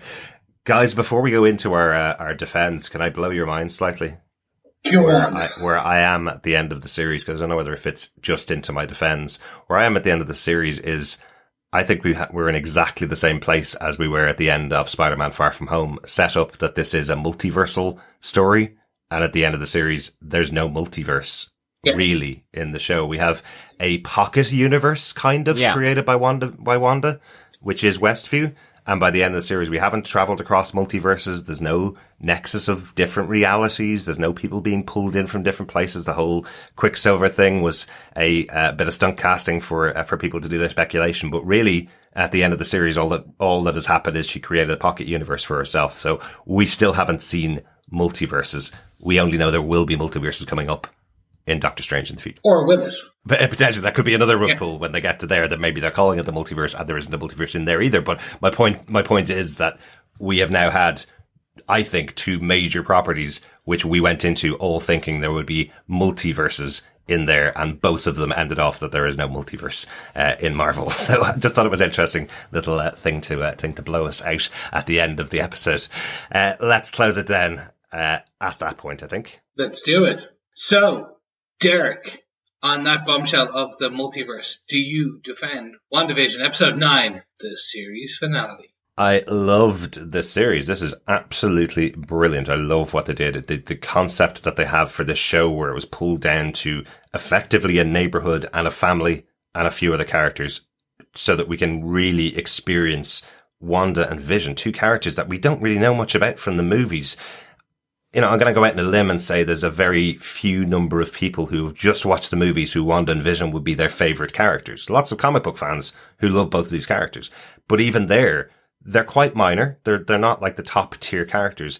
And I think after this show, so many people will be fans of Elizabeth Olsen's Wanda and Paul Bettany's Vision. It's not the last we're seeing of either of them, I think. We're definitely going to see more, and really excited to see more of Elizabeth Olsen on screen. I think she's been absolutely brilliant, and knowing that we're getting more of her in the future, very soon in the future, about a year, I think, from now. So really excited to see more of her. This show was really good, and I can't stress enough how much respect I have for what they delivered with this show, knowing that part of it was filmed during COVID, when all we've been doing is sitting inside our house for basically 9 or 10 months. They delivered an ending to the show that felt right, felt small, and felt within the universe of WandaVision. Chris, how about yourself? Do you defend WandaVision Episode 9, the series finale? I 100% do. This was not the ending I was expecting, but the ending I deserved. Okay, Batman. Thank you. This was perfect. The vision on vision action, the witch on witch action, it was all done in a way that they could have just gone very OTT and explosion-y, but they didn't. And they also didn't kill off a major villain, and I'm like, great, that puts it in the back pocket. They put her on ice to pull her out whenever needed. My one disappointment is pretty much the sword aspect and the Haywood. And I think, be it through COVID or be it through time, be it through whatever, I think they just misused that ending and that character in the end. And that's fine. Like, you cannot hit a perfect game in every game of sport. As you can tell, people, I am not a sports ball. Yeah, sports ball. Me in sports, I'm like, you cannot kick a perfect game, hit a perfect game in baseball. Anyway, you're not American football fan. American football. You know some sports. I know some sports, but I just don't know. I was going baseball, and then I noticed I didn't you can't hit a home run every hit of the game. It's pitch a perfect game is the phrase you're looking for. That's it. You cannot pitch a perfect game. Anyway, so that is essentially it. I think they look one small stumble. For everything else, I'm very happy. And really what this leads me to go is I want more. Like, this was it delivered on the premise of a Marvel Disney Plus MCU show. It delivered on what I wanted from this. And yeah, I just can't wait. We have 14 days, or less actually at this point, to the next Falcon and the Winter Soldier. So roll on. I wouldn't like to be in the shoes of the people that are putting out Falcon and the Winter Soldier after what WandaVision delivered. It's going to be a very different show, but we know that. But there's a bar has been set very high here. Yes. So on that high bar jumping, Mr. Jonas, do you defend WandaVision Episode 9, the series finale? I absolutely do. I loved this ending. I'd give it 5 magical runes out of 5.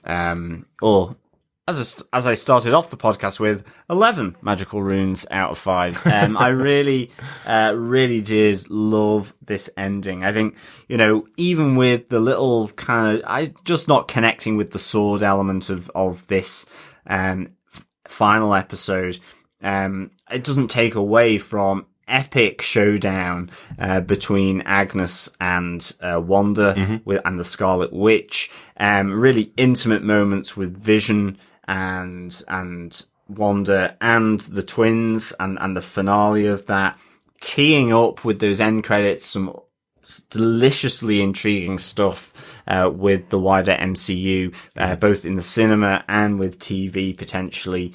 And yeah, the showdown with the Visions and just it taking that lovely little philosophical route. So yeah, I can't really add much more to what you guys have said. I think this to me was probably one of the best series finales for this first series that I've seen in a while, to be honest. One that it was just full on, and it kept its momentum, and I loved it. So yeah, 5 magical runes out of 5 from me. Excellent. Top quality rating. As I said, I can't imagine how Falcon and the Winter Soldier are going to follow that. I'm so excited for Falcon and the Winter Soldier. I'm a big Captain America fan, big Nick Fury fan, big fan of both of those characters from the movies specifically. Whereas WandaVision, I was coming in kind of going, I wonder what they're going to deliver. I'm open to being surprised and get a great show. With Falcon and the Winter Soldier, I feel like I've got the pressure of loving the characters on screen and now wondering how would they be able to deliver a show that's as interesting, not the same way, but as interesting as WandaVision. Really, really good. I know you said you can't add too much more to what we said about the episode, John, but one thing you can add to the episode is, what's your pub quiz question for this week? The final pub quiz question in our WandaVision pub quiz of the season. Yes, fellow pub quizzers, the episode 9 pub quiz question. Send in your answers to feedback@tvpodcastindustries.com, where you'll be in with a chance to collect some WandaVision Funko Pop goodies when we pull names out of a hat. Thanks to everyone who has been sending in their answers. So here we go. Episode 9 pub quiz question. What are the 2 listings on the Coronet Cinema as Monica Rambeau enters to meet a Skrull in the mid-credit scene? And we want this spelled exactly as it is on screen too. Yes. Exactly. What are the 2 listings, because they're not films, on the Coronet Cinema as Monica Rambeau enters to meet a Skrull in the mid-credit scene of episode 9 of WandaVision? Excellent, excellent. Yeah, lots of entries in so far. I know some of you are keeping back your entrance until you heard that final question, so get writing in now. Email them into feedback@tvpodcastindustries.com. Cutoff point is the 10th of March. As we mentioned before, we'll be recording our wrap-up finale episode on WandaVision next week, mostly talking about the making of documentary that comes out next Friday, and also any extra thoughts or any extra feedback that you guys have about the episodes. We'd love to hear them before the 10th of March. With that, it is time to listen to our fellow defenders, to hear our feedback. But before we do, let's just jump into a quick email from the one and only Jerry, who you may have heard from at the beginning of this episode. Yes, Jerry wrote an email based on after actually watching the series finale and then kind of going, oh. Jerry had this to say. First off, my theory for the end was way off. This ending was the most Marvel-like of the series. I'm glad Agatha was not killed. She will get to come back like Loki. Vision is back, but what is he now? No Doctor Strange in this episode. I thought we would see him in as the end credit scene. So Wanda is a big bad going forward? Reading and absorbing all the Darkhold cannot be good for anyone. Thanks for all your coverage of WandaVision. Can't wait to hear you guys on Falcon and the Winter Soldier. Jerry in Niceville. Thank you, Jerry. Yes, unfortunately, your theory was way off, but that's the fun. That's the fun. Exactly. Yeah, and my big part of this is that Agatha is on ice.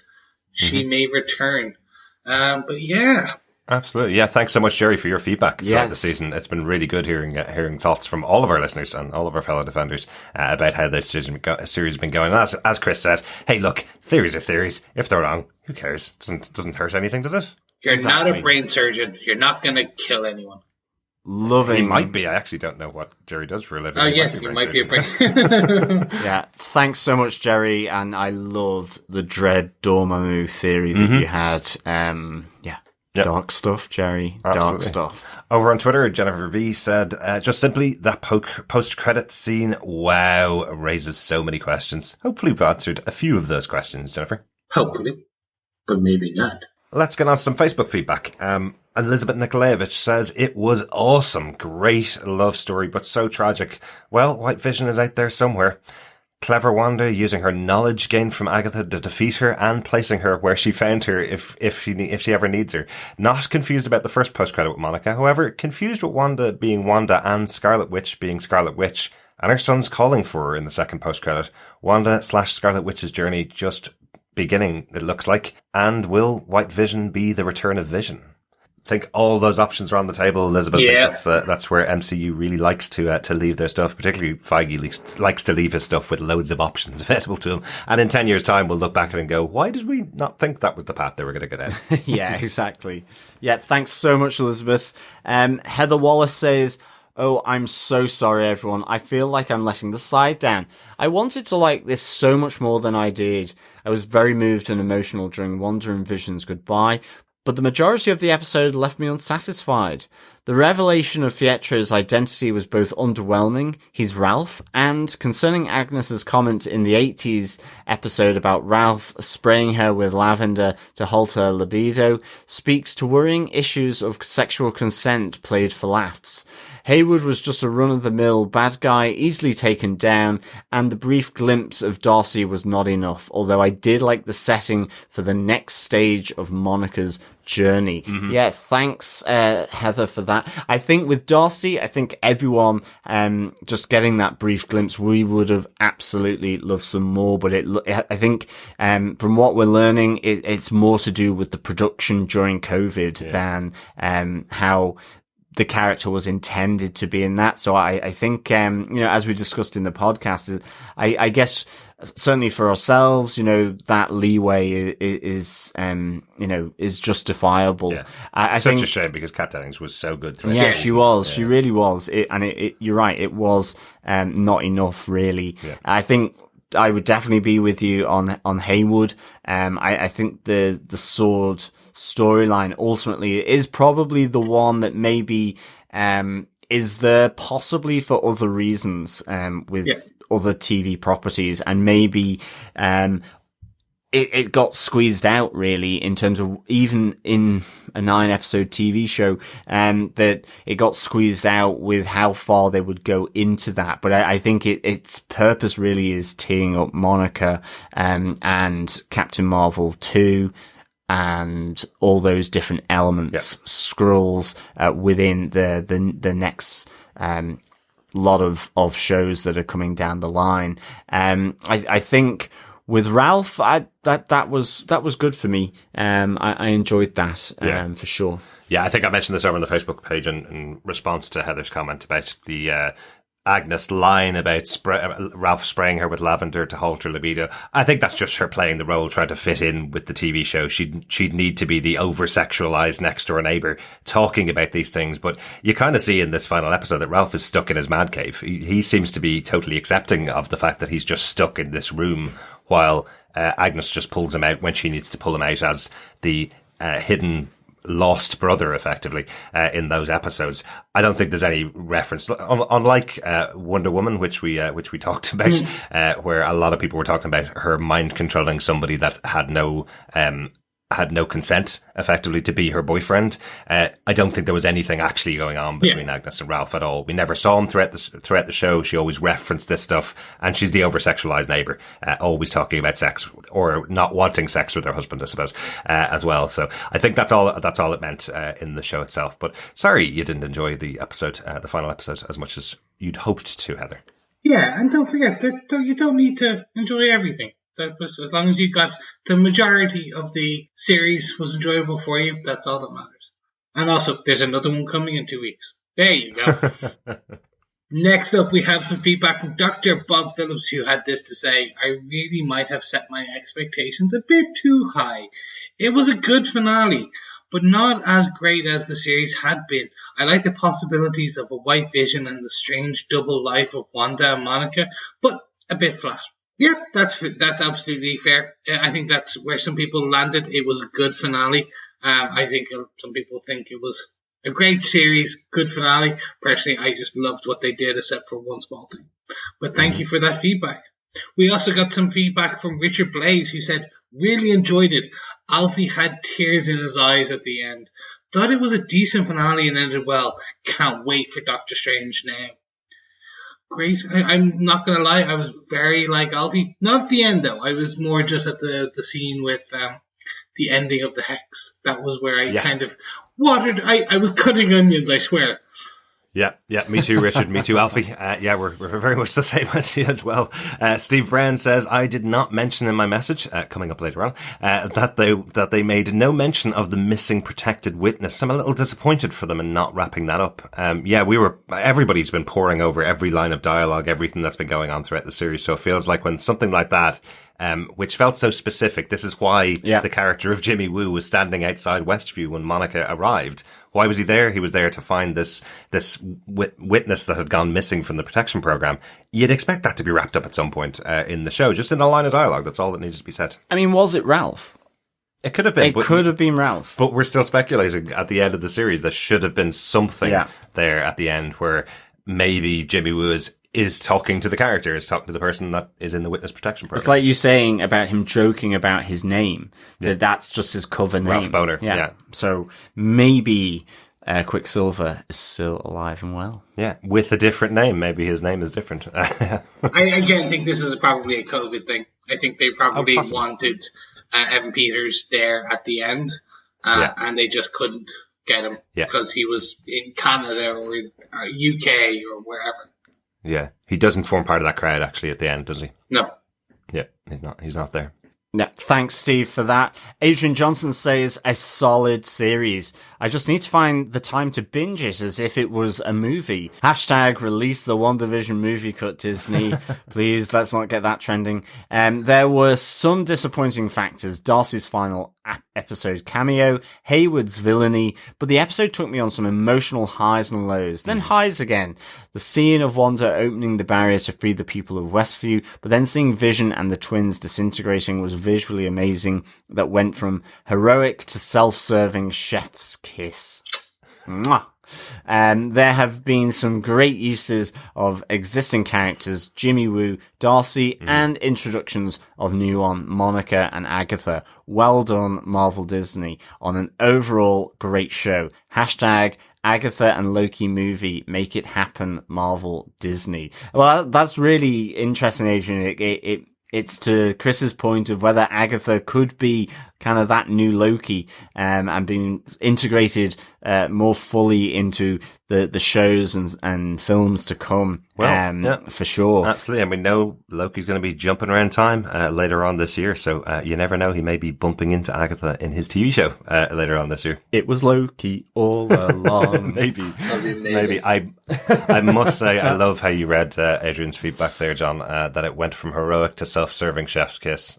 And that running all together, a self-serving chef's kiss. I love it. Thanks so much, Adrian.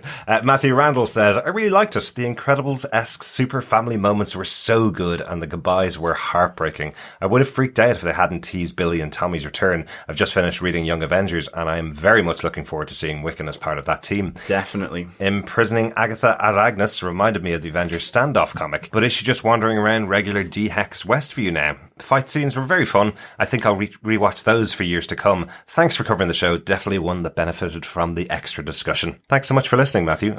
Really good to have you on board for the series as well.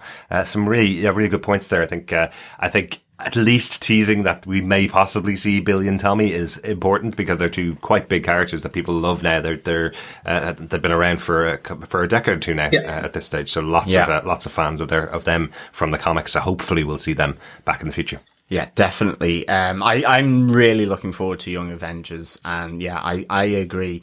I'm so glad that we got the tease of Billy and Tommy's return there in the cabin in the mountains. Yeah, that was excellent stuff. And yes, I think Agnes, or that version of Agatha, is actually walking around a dehexed version of Westview now. I think she's living there now. Yeah, that's what I understood, is that in a sense, Wanda just put a hex around Agnes. Although she looked like she went back to the 50s. So she's going to look really weird with that she was hairdo. the 2000s. She was the 2000s, yeah. She was the Modern Family version. Yeah. The 2020 version. Okay. It's just her hairdo will look strange in modern Westview. Yes. Even popular 50s hairdos come back around in guess so. time. It's all about swings and roundabouts. Swings and roundabouts. Exactly. Thanks so much, Matthew, for that. Ray Felix says, which one of you guys said that Ultron actor James Spader was in the credits? I couldn't find them. That said, the Ultron theory, the Mephisto theory, and the Nightmare theory turned out to be just that. Exactly. Hopeful theories. But Ray says, hopefully we get one or all of them in the Doctor Strange movie. Maybe. I loved the ending, and I think the Scarlet Witch will be the next big bad in the Marvel Universe. It was a little disappointing with the explanation for Pietro. Why didn't the Vision go looking for Wanda after getting back his memories? That I don't get. He just fell off the script. I hope to see a season 2. Yeah, we would really love to see a season 2 of WandaVision, to see what Jack Schaefer and Matt Shackman can pull out of the magician's hat. Well, exactly. I think for this, it would be really, really cool. I think in terms of theories, I think we all threw out different theories. It would be interesting because I certainly... Mephisto, who knows, maybe not in the overall arc of this, but I don't know whether Mephisto will be there in Doctor Strange. But who knows? Yeah. I think it will be a lovely web to untangle as we move over the years with these new slates of TV shows and movies for sure. Yeah. In terms of why Vision didn't go and follow up Wanda, I think we kind of mentioned it in the episode itself that this version of Vision doesn't have his emotion. This version of Vision didn't have his memories or his emotion. Now he's got the memories back, but it's kind of like, okay, this is a lot to process. I'm off. It's what it feels like. So he is a different Vision than we've seen in the movies and in WandaVision.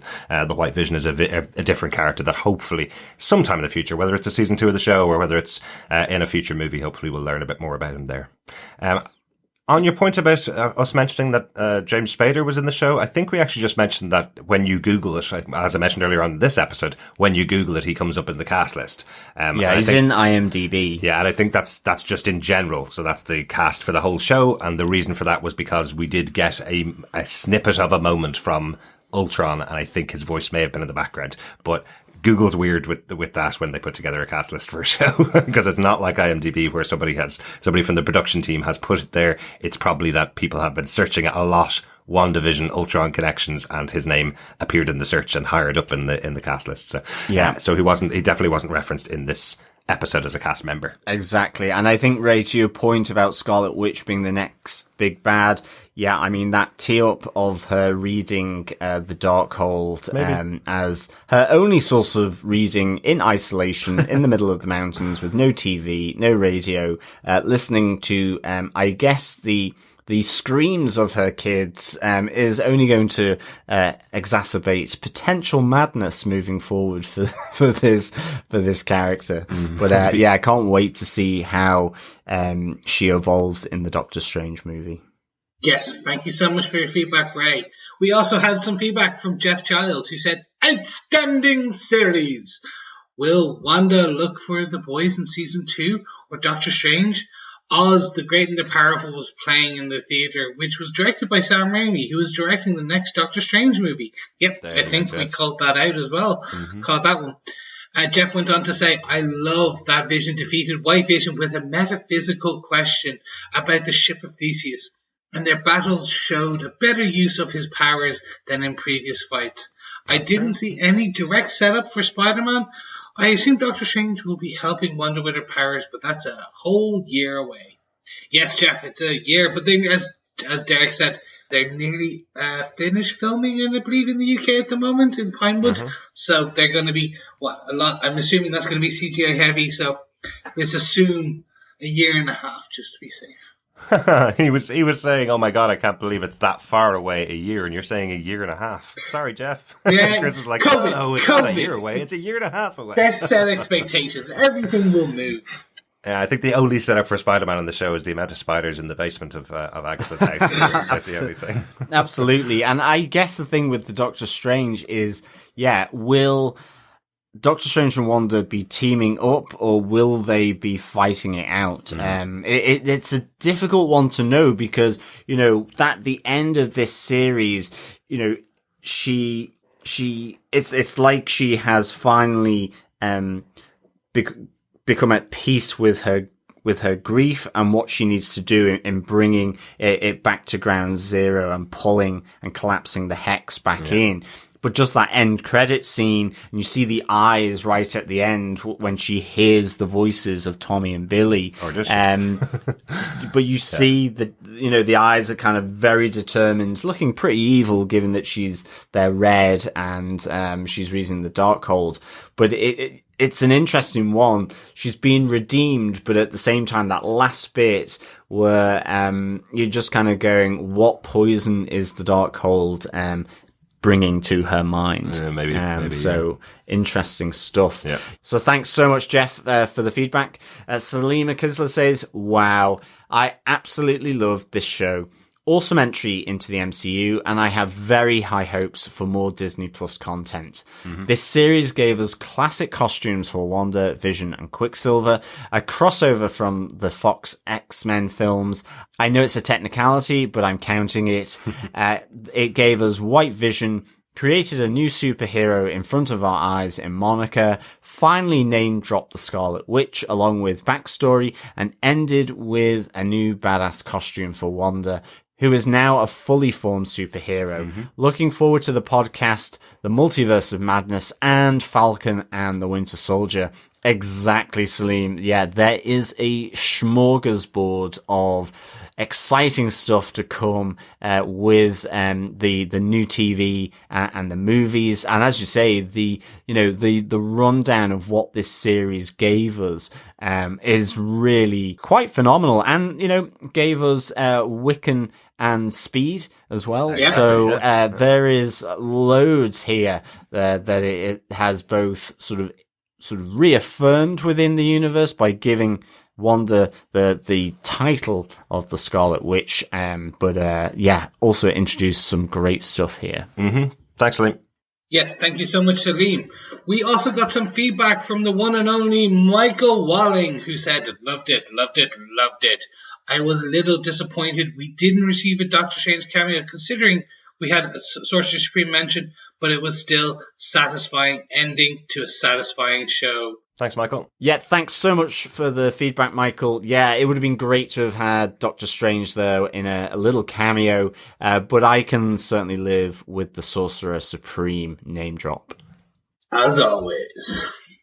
Thank you, Michael. Next piece of feedback comes from Mark Kirkman of the Panels to Pixel podcast, who had this to say. I thought they wrapped it up well. I expected more within the episode. Loved the Vision on Vision talk about the ship in comparison to their own existence. Wanda's Vision giving the real-bodied Vision the reality of his existence and his memories from his restricted memory banks. I hope to see him again. I had thought Ralph was the missing person on the milk carton, and the fact that that wasn't confirmed bothered me. At least we did find out who Ralph was. That end credit scene was amazeballs. Loved it. Now we know where Doctor Strange and the Multiverse of Madness starts off from. Still sad to not see Benedict Cumberbatch in this episode as Doctor Strange. It was a sad tale about Wanda nonetheless, but gave us pure entertainment.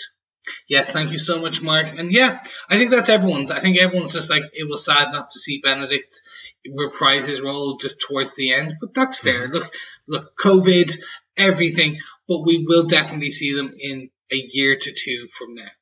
I'm extending it out to 2 years just in case. It keeps going higher and higher. It'll be 4 years by the end of the podcast. Yes, exactly. Thanks so much for that, Mark. I'm disappointed I didn't see Nick Fury continuing his streak of the highest number of appearances by an actor in the MCU. But you saw his mirror in Sword and Hayward. No. Okay. I can't believe we've gotten to the end of the series and John is still using that joke because it has nothing to do with S.H.I.E.L.D. I know it's old. Finally, over on Facebook, Brandy Elise Anderson says, I think a lot of people are disappointed in the finale because so many of the fans' big theories didn't happen. Didn't happen yet, that is. So I decided to rewatch it before I posted my feelings. And I'm glad I did because now I can see it for what it did give us.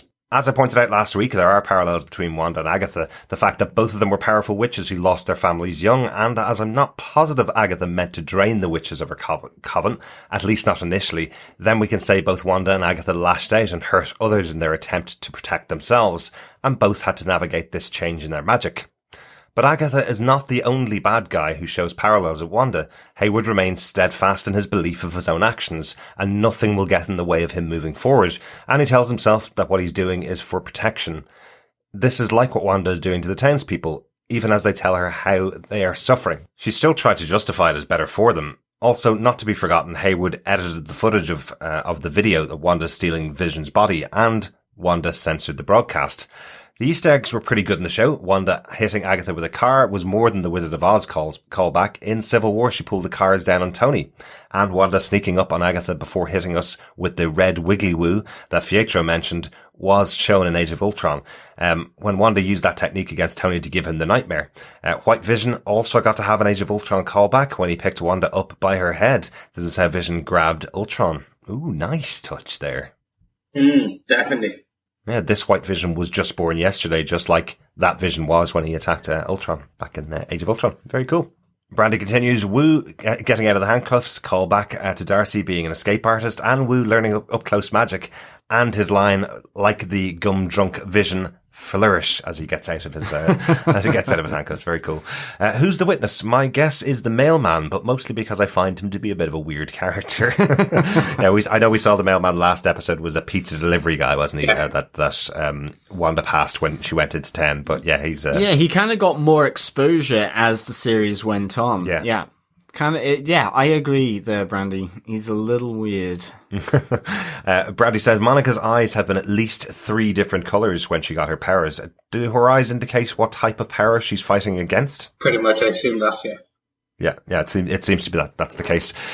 She's got settings. She does, yeah. Can I use the blue setting now? Yeah. Brandy says, I called it, but Paul Bettany did us dirty with his prediction that he wanted to work with someone. I loved that. I thought that was hilarious. Though I was not surprised since I felt Wanda was purposely missing Agatha. I had kind of forgotten about the runes, so that part took a moment. Oh yeah, interesting, yeah. If you didn't catch the runes set up from the last episode, it might have been a bit surprised that that's what Wanda was doing with her powers in there. Brandy says, so many questions about Wanda's comment. Thank you for choosing me. It's totally the same. She says the scene with Wanda and Vision saying goodbye reminded me a lot of the Infinity War scene in Scotland. Wanda has lost so much throughout the MCU. She has lost pretty much everyone, so it's nice to think Wanda finally has an opportunity to say goodbye, but in a healthy way. This ties in with the conversation I was having with Alan Thomas last week. This show is all about grief and loss, but mostly it's a show about the importance of Wanda dealing with that grief. Yeah. And I liken Wanda's explosion of power as to when we non-magical beings lash out, either verbally or physically, because we are experiencing emotional pain of some kind, and the casualties are those around us. And while we may not suppress people's personalities as Wanda did, our harmful actions can cause them to withdraw and change the way they interact and trust others, which can actually change their personalities in the long run. This is shown when the townspeople watch Wanda with distrust and anger as she walks through the town. Also, I think this can be used to set up humanity's distrust of mutants as the MCU moves forward. Call back to Doctor Strange with her reading the book while her other one moves around. Is this the astral plane that she's studying on? And I just have to say, I called it right on the For the Children chant not being about Wanda's children, but about the children of Westview. So we'll just ignore all the things I was wrong about and just focus on I was right. Absolutely the best way to deal with all the theories that we've all had in this show, Brandy. Take it for what it's meant. Some theories we got right, some we got wrong. No, absolutely. We got everything right. We just don't talk about the ones. The win, Chris. Yeah. Take the win. And absolutely, Brandy, your synopsis effectively of this series is spot on. Completely agree with every word you say there. Really good. Yeah, that's a beautiful way to describe it. The love and loss and how we reach out and how we can damage other people's way of interacting and personalities. It's a lovely way to describe it. Yeah. We also have some voicemails that were sent in via feedback at tvpodcastindustries.com. First up is a voicemail from the one and only Ray from Into the Night, a Moon Knight podcast. The Moon Knight podcast. Yeah, Chris. the Moon Knight podcast. In the same way that we are the nexus of all podcasts. Mm-hmm. Hello, TV podcast industries. This is Ray. Going to leave some feedback fresh after watching that last episode of WandaVision. Oh, there's so much to really talk about, but I won't go through it all. Just some big points of note. For me, fantastic to see. I'm going to start kind of at the end to see the Scarlet Witch costume. I reckon that was a big payoff. I really enjoyed that. And the special effects were fantastic. The fighting between the Visions and Agatha and Scarlet Witch was just amazing. So I really did love that aspect of it. We got glimpses of it. We got the name mentioned last episode, but to see her in the full garb was, beautiful stuff. Second big point, I guess, was the really sad scene of, I guess, saying goodbye, and this is the acceptance part of the grieving process. So particularly seeing Tommy and Billy being put to bed was really sad. Even Eve mentioned as well. She's saying, "Oh God, this is quite sad." I was like, "Yes, it is. It's quite a beautiful and a sad moment." And then seeing Vision go as well, very sad. So the sacrifice, I guess, that she would need to make in order for Westview to revert to normal was a big one. So a big sacrifice again for Wanda. The stuff with the Visions, I thought the Visions was great. I love the talk about the ships of Theseus. And I loved the reasoning that Conditional Vision had on White Vision. Now, I guess this is one of the holes that kind of still is lingering. I thought we were going to get some sort of closure on that, but from what we know, I guess the White Vision now is just as good as a Conditional Vision with all the memories. Maybe not the emotions, but he does have the memories of Conditional Vision. So we'll see him come back, I'm sure, but he's away. I would have thought that we would have seen him again after he kind of flew off in that scene. So a little bit of a dangling thread there, but not too bad at all.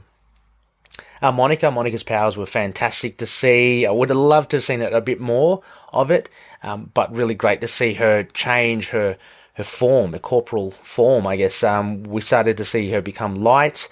And that was really fun as well. Now, finally, I guess just the end credit scenes, two of them. I must admit, having high expectations to see Doctor Strange, and incidentally, to hear that the Scarlet Witch is more powerful than the Sorcerer Supreme is just, it's mind blowing. I love it. But anyway, I would have loved to seen Benedict Cumberbatch. I guess, we didn't get that, and I guess the cast were alluding to Evan Peters as the big special kind of cameo appearance. I was hoping we'd see Stephen Strange in there, but not to be, unfortunately. So kind of those end credit scenes, I was hoping would see him, but he never turned up. It was good to see the Skrulls though. Now these last two end scenes confused Eve to no end, so she totally lost it. But she loved the episode, I guess. But these end credit scenes were just a bit confusing. I'm assuming then the Skrull, the friend of Monica's, referring to either Talos or Nick Fury. So that's cool. So we may see Monica in Captain Marvel 2, which is awesome. And in the end credit scene, again, it looks like Wanda has actually projected her form and is looking for a way in the Darkhold, in the evil magic of bringing back Tommy and Billy. Again, there was a bit of setup there. I thought again we might see someone, as she's kind of made herself a hermit somewhere up in the mountains. It was a beautiful scene, but I was hoping there was something a bit more. Anyway, this was a great ending. I enjoyed it. It was a good way to finish this season. I'm kind of left wanting more, definitely. I'm sure we'll get some in the movie. We'll get more answers in the movie. But, I mean, my God, they better bring on a season 2, otherwise heads will roll. Finally, as well, I just wanted to say, Eve mentioned I had to laugh out loud in the fight between Agatha and Scarlet Witch. When Scarlet Witch reveals that she uses runes and she's about to defeat Agatha, Eve just said, without any compunction, just end her. Just end her. So she had no emotional attachment to Agatha, but I thought that was quite funny. She just thought Agatha was just too evil, and she just wanted to have her defeated straight away. So, yeah. Anyway, final thought as well, quickly. Agatha, a nosy neighbour. So Scarlet Witch has reverted Westview to the way they are, but I'm assuming then some separate spell, she's made that uniquely for Agatha, so she's going to stay in character, potentially be seen as some a bit of kooky or crazy neighbour in the real Westview. That's how I'm seeing it. But yeah, immediately that was kind of an inconsistency, but I guess that's Agatha's punishment. She's going to be staying in character. Anyway, I loved it, and I again can't wait to hear what everyone thinks. Yeah, WandaVision just ended, I think, in a bang. I loved it. I love the series. Let's see season 2. Catch you later. Thank you so much, Ray, for that feedback. Yes, yeah, a few good call outs there. I think the core one for me is, yeah, we just, as Eve said, they have ended her the way that that's it? Because they just killed off Agatha? I don't think so. End her! She just downward thumbs. Yeah, exactly. It's like that, just off with her head. Like, I love that he's got into the show. And Ray's mentioned a few times before that his partner is not massively into comics at all, and certainly not into any of these movies. So I'm glad that by the end of the series, she's that interested in the show that she's calling for the head of Agatha. Yeah, and the emotional side with the twins and with Vision. I mean, I definitely thought that was just really so nicely acted by everyone. And yeah, Stephen Strange gone but not forgotten. I guess on this. Yeah, I think we would all love to have seen old Benedict Cucumberbatch come into the end here. But I guess the closest thing was his name drop, which was pretty good, and certainly adds a bit of spice to Multiverse of Madness and these two characters being there, which is really awesome. Yeah, the Sorcerer Supreme was the name drop, not Doctor Strange. But he is the Sorcerer Supreme at the moment. Is he? Or has just because I've been having a go at S.H.I.E.L.D. all this time. Or has Mordo taken the mantle of Sorcerer Supreme because there's too many magicians in the world?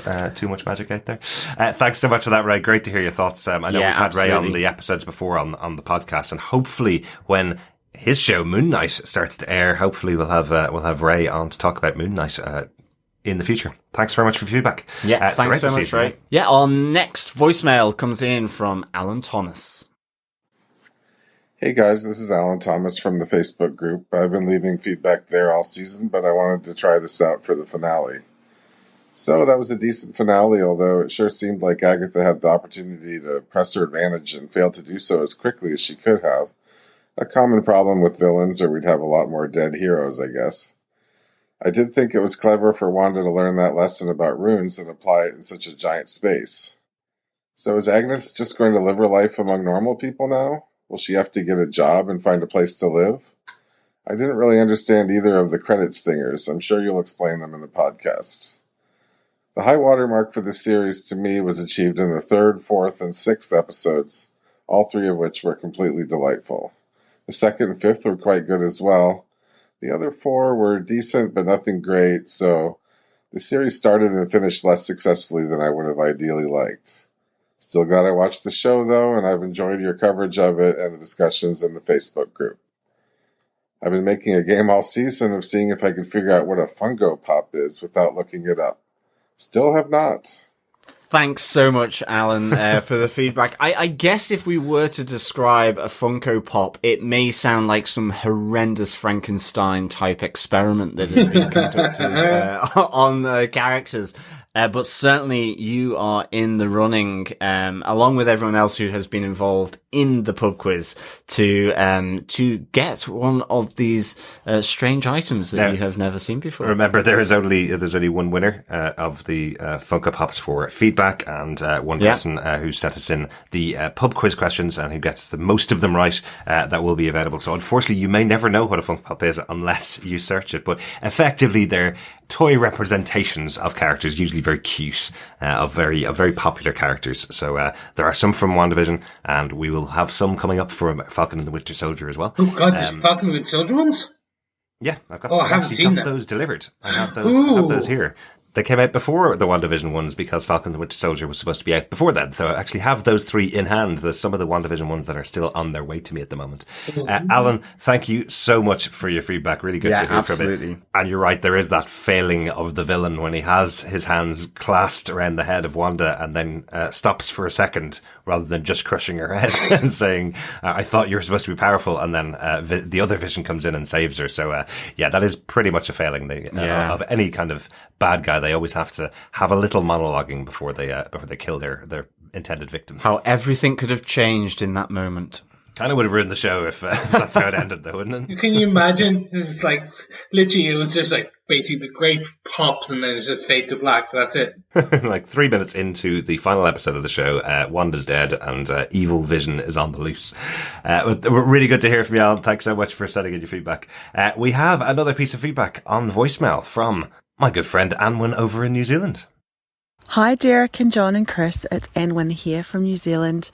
Just calling in before I watch the finale because we're not sure if I'll have time afterwards. Just to let you know how much I have been loving this series. It's amazing. The first couple of episodes I was about 80% confused, 20% loved it. And then that ratio has slowly reversed all the way through to the end where we're finding out exactly what's happening and who's behind what. I've really loved your podcast. Thanks so much, guys. The information has been incredible. I'm not a comic reader, so I don't have all the background stuff. I'm fairly familiar with all of the Avengers movies, and I'm looking forward to going back and watching The Age of Ultron again to really give me that background. I love the commercial breaks and the commercial breakdowns you guys did, and they were so confusing at the start, but then to realise later what the content meant from every single episode and every commercial and why that happened was really, really cool. Thanks for that. Keep up the great work. I'll be listening. Bye. Thanks so much, Anwin. So good to hear from you. I hope you've watched the final episode now. I think you have. I think I saw a comment from you on the Facebook group saying you finished the final episode.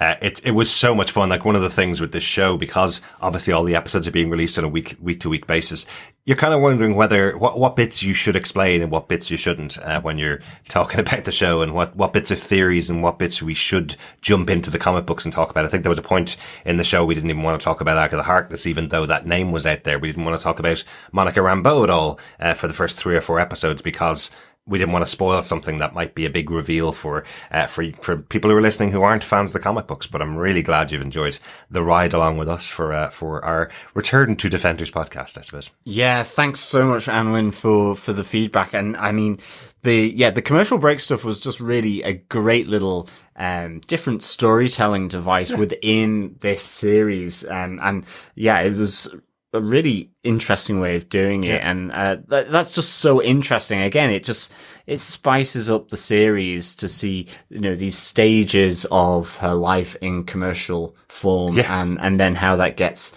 sort of explained there in episode 8. So yeah, really, really good. Thanks so much again, Anwin. Thank you so much, Anwin. It's great to hear you, and great to know that we have Kiwis out there listening to us. And yeah, it's just fantastic to know that you enjoyed this as much as we do. We do try, as Derek says, to kind of be there for everyone, be it comic book lovers all the way to new viewers and listeners. Mm-hmm, absolutely. What's our banned word, gentlemen? Do we remember? Right? Obviously. Yes. Oh yeah. Yeah, we're not allowed to say obviously just because it's not obvious to everybody. Nobody has the same experience, right? Thanks so much, Alan. On to our final voicemail feedback from Steve Brown. Hello, TV podcast industries. This is Steve, and this is for the series finale of WandaVision. Such a good finale. But it's strange. We didn't get some of the things that a lot of people were predicting, but we got some things that people were predicting. We got answers. We got changes. Interesting stuff.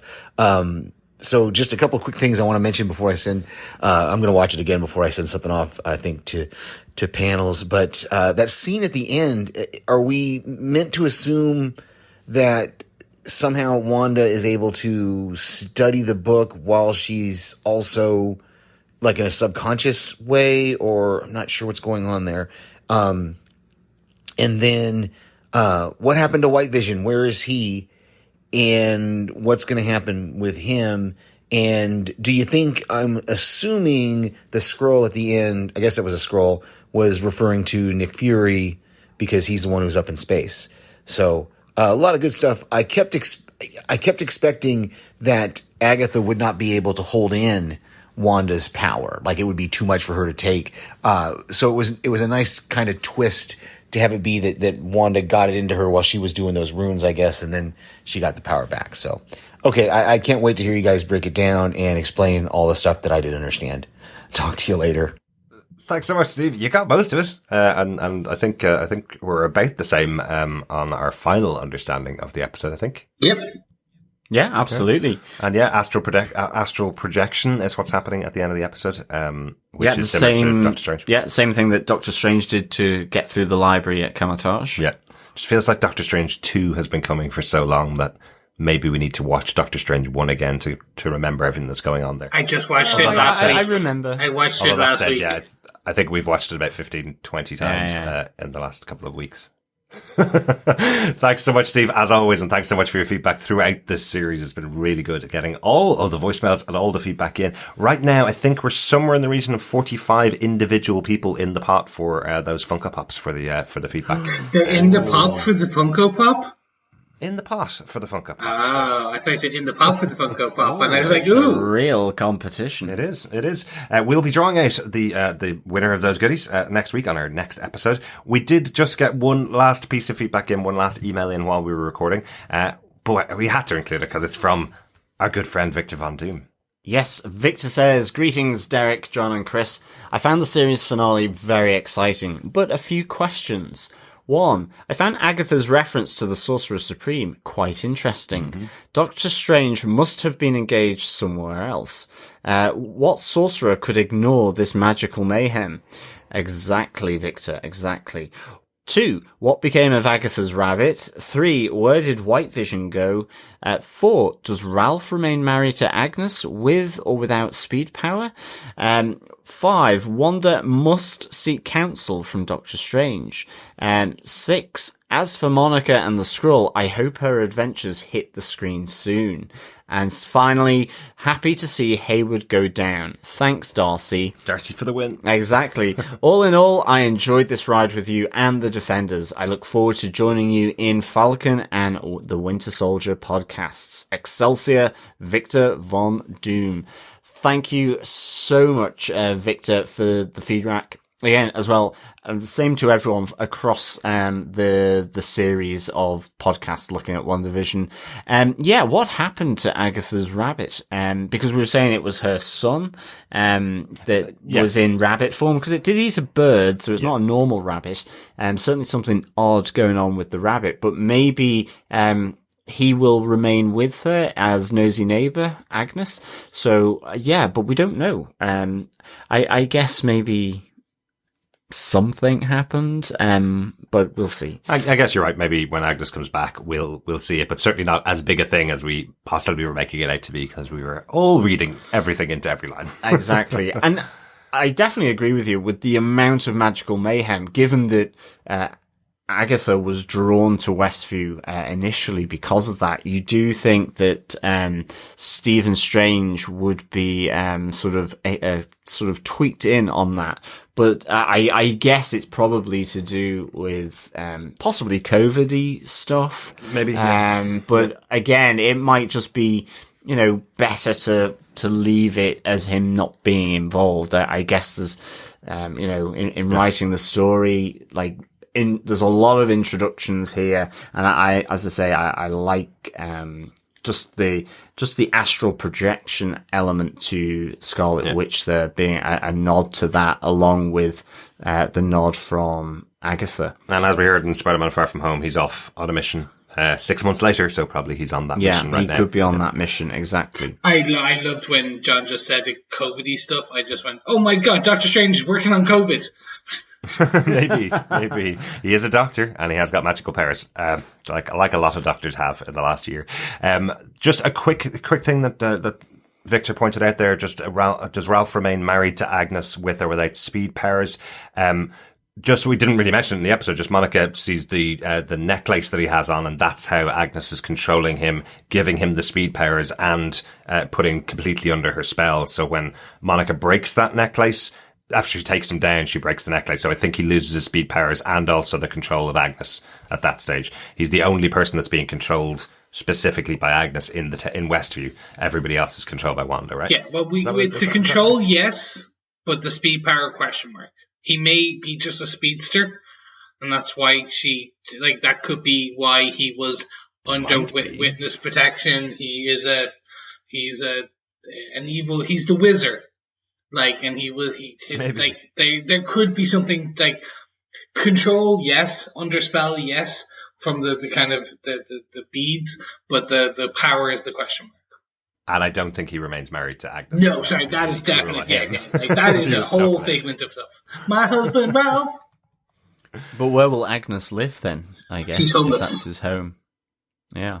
She's living in a rabbit burrow somewhere with Ralph, her rabbit. That's where she's Ralph everyone's nosy neighbor because she doesn't have a home. Is that what we're saying? Pretty much. She's neighbor to everybody. Okay, I think they'd probably be able to find her a home in Westview. She's just moved in there. But thanks so much once again, everybody, for your feedback. Really good to hear from you all. As I mentioned, we'll get hopefully a little bit more on our final episode for WandaVision. This is not how it all ends. We aren't taking a break for 2 weeks. Just want to mention that Pennyworth is returning.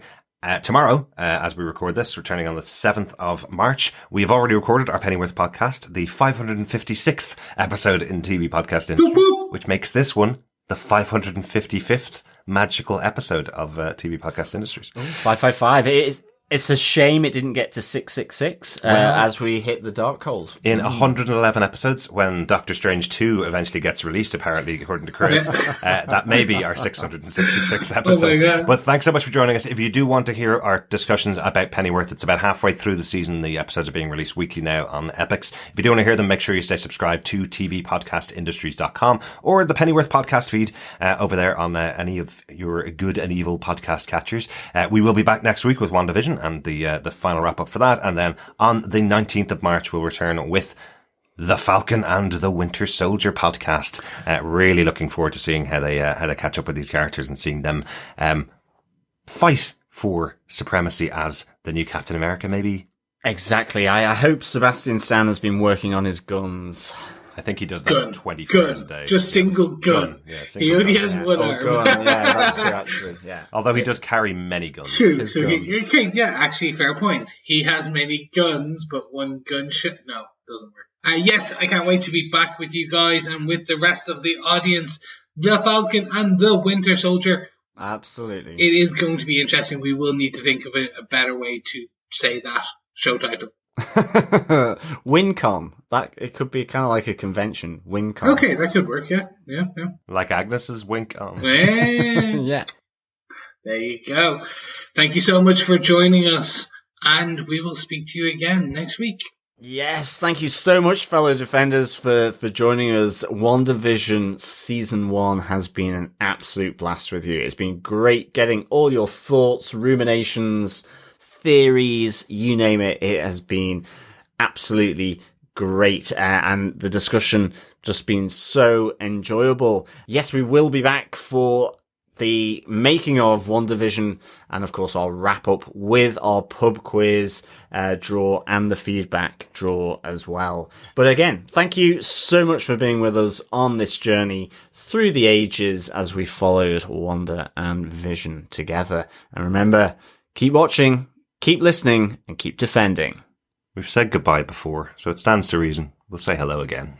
Bye. Bye. Bye.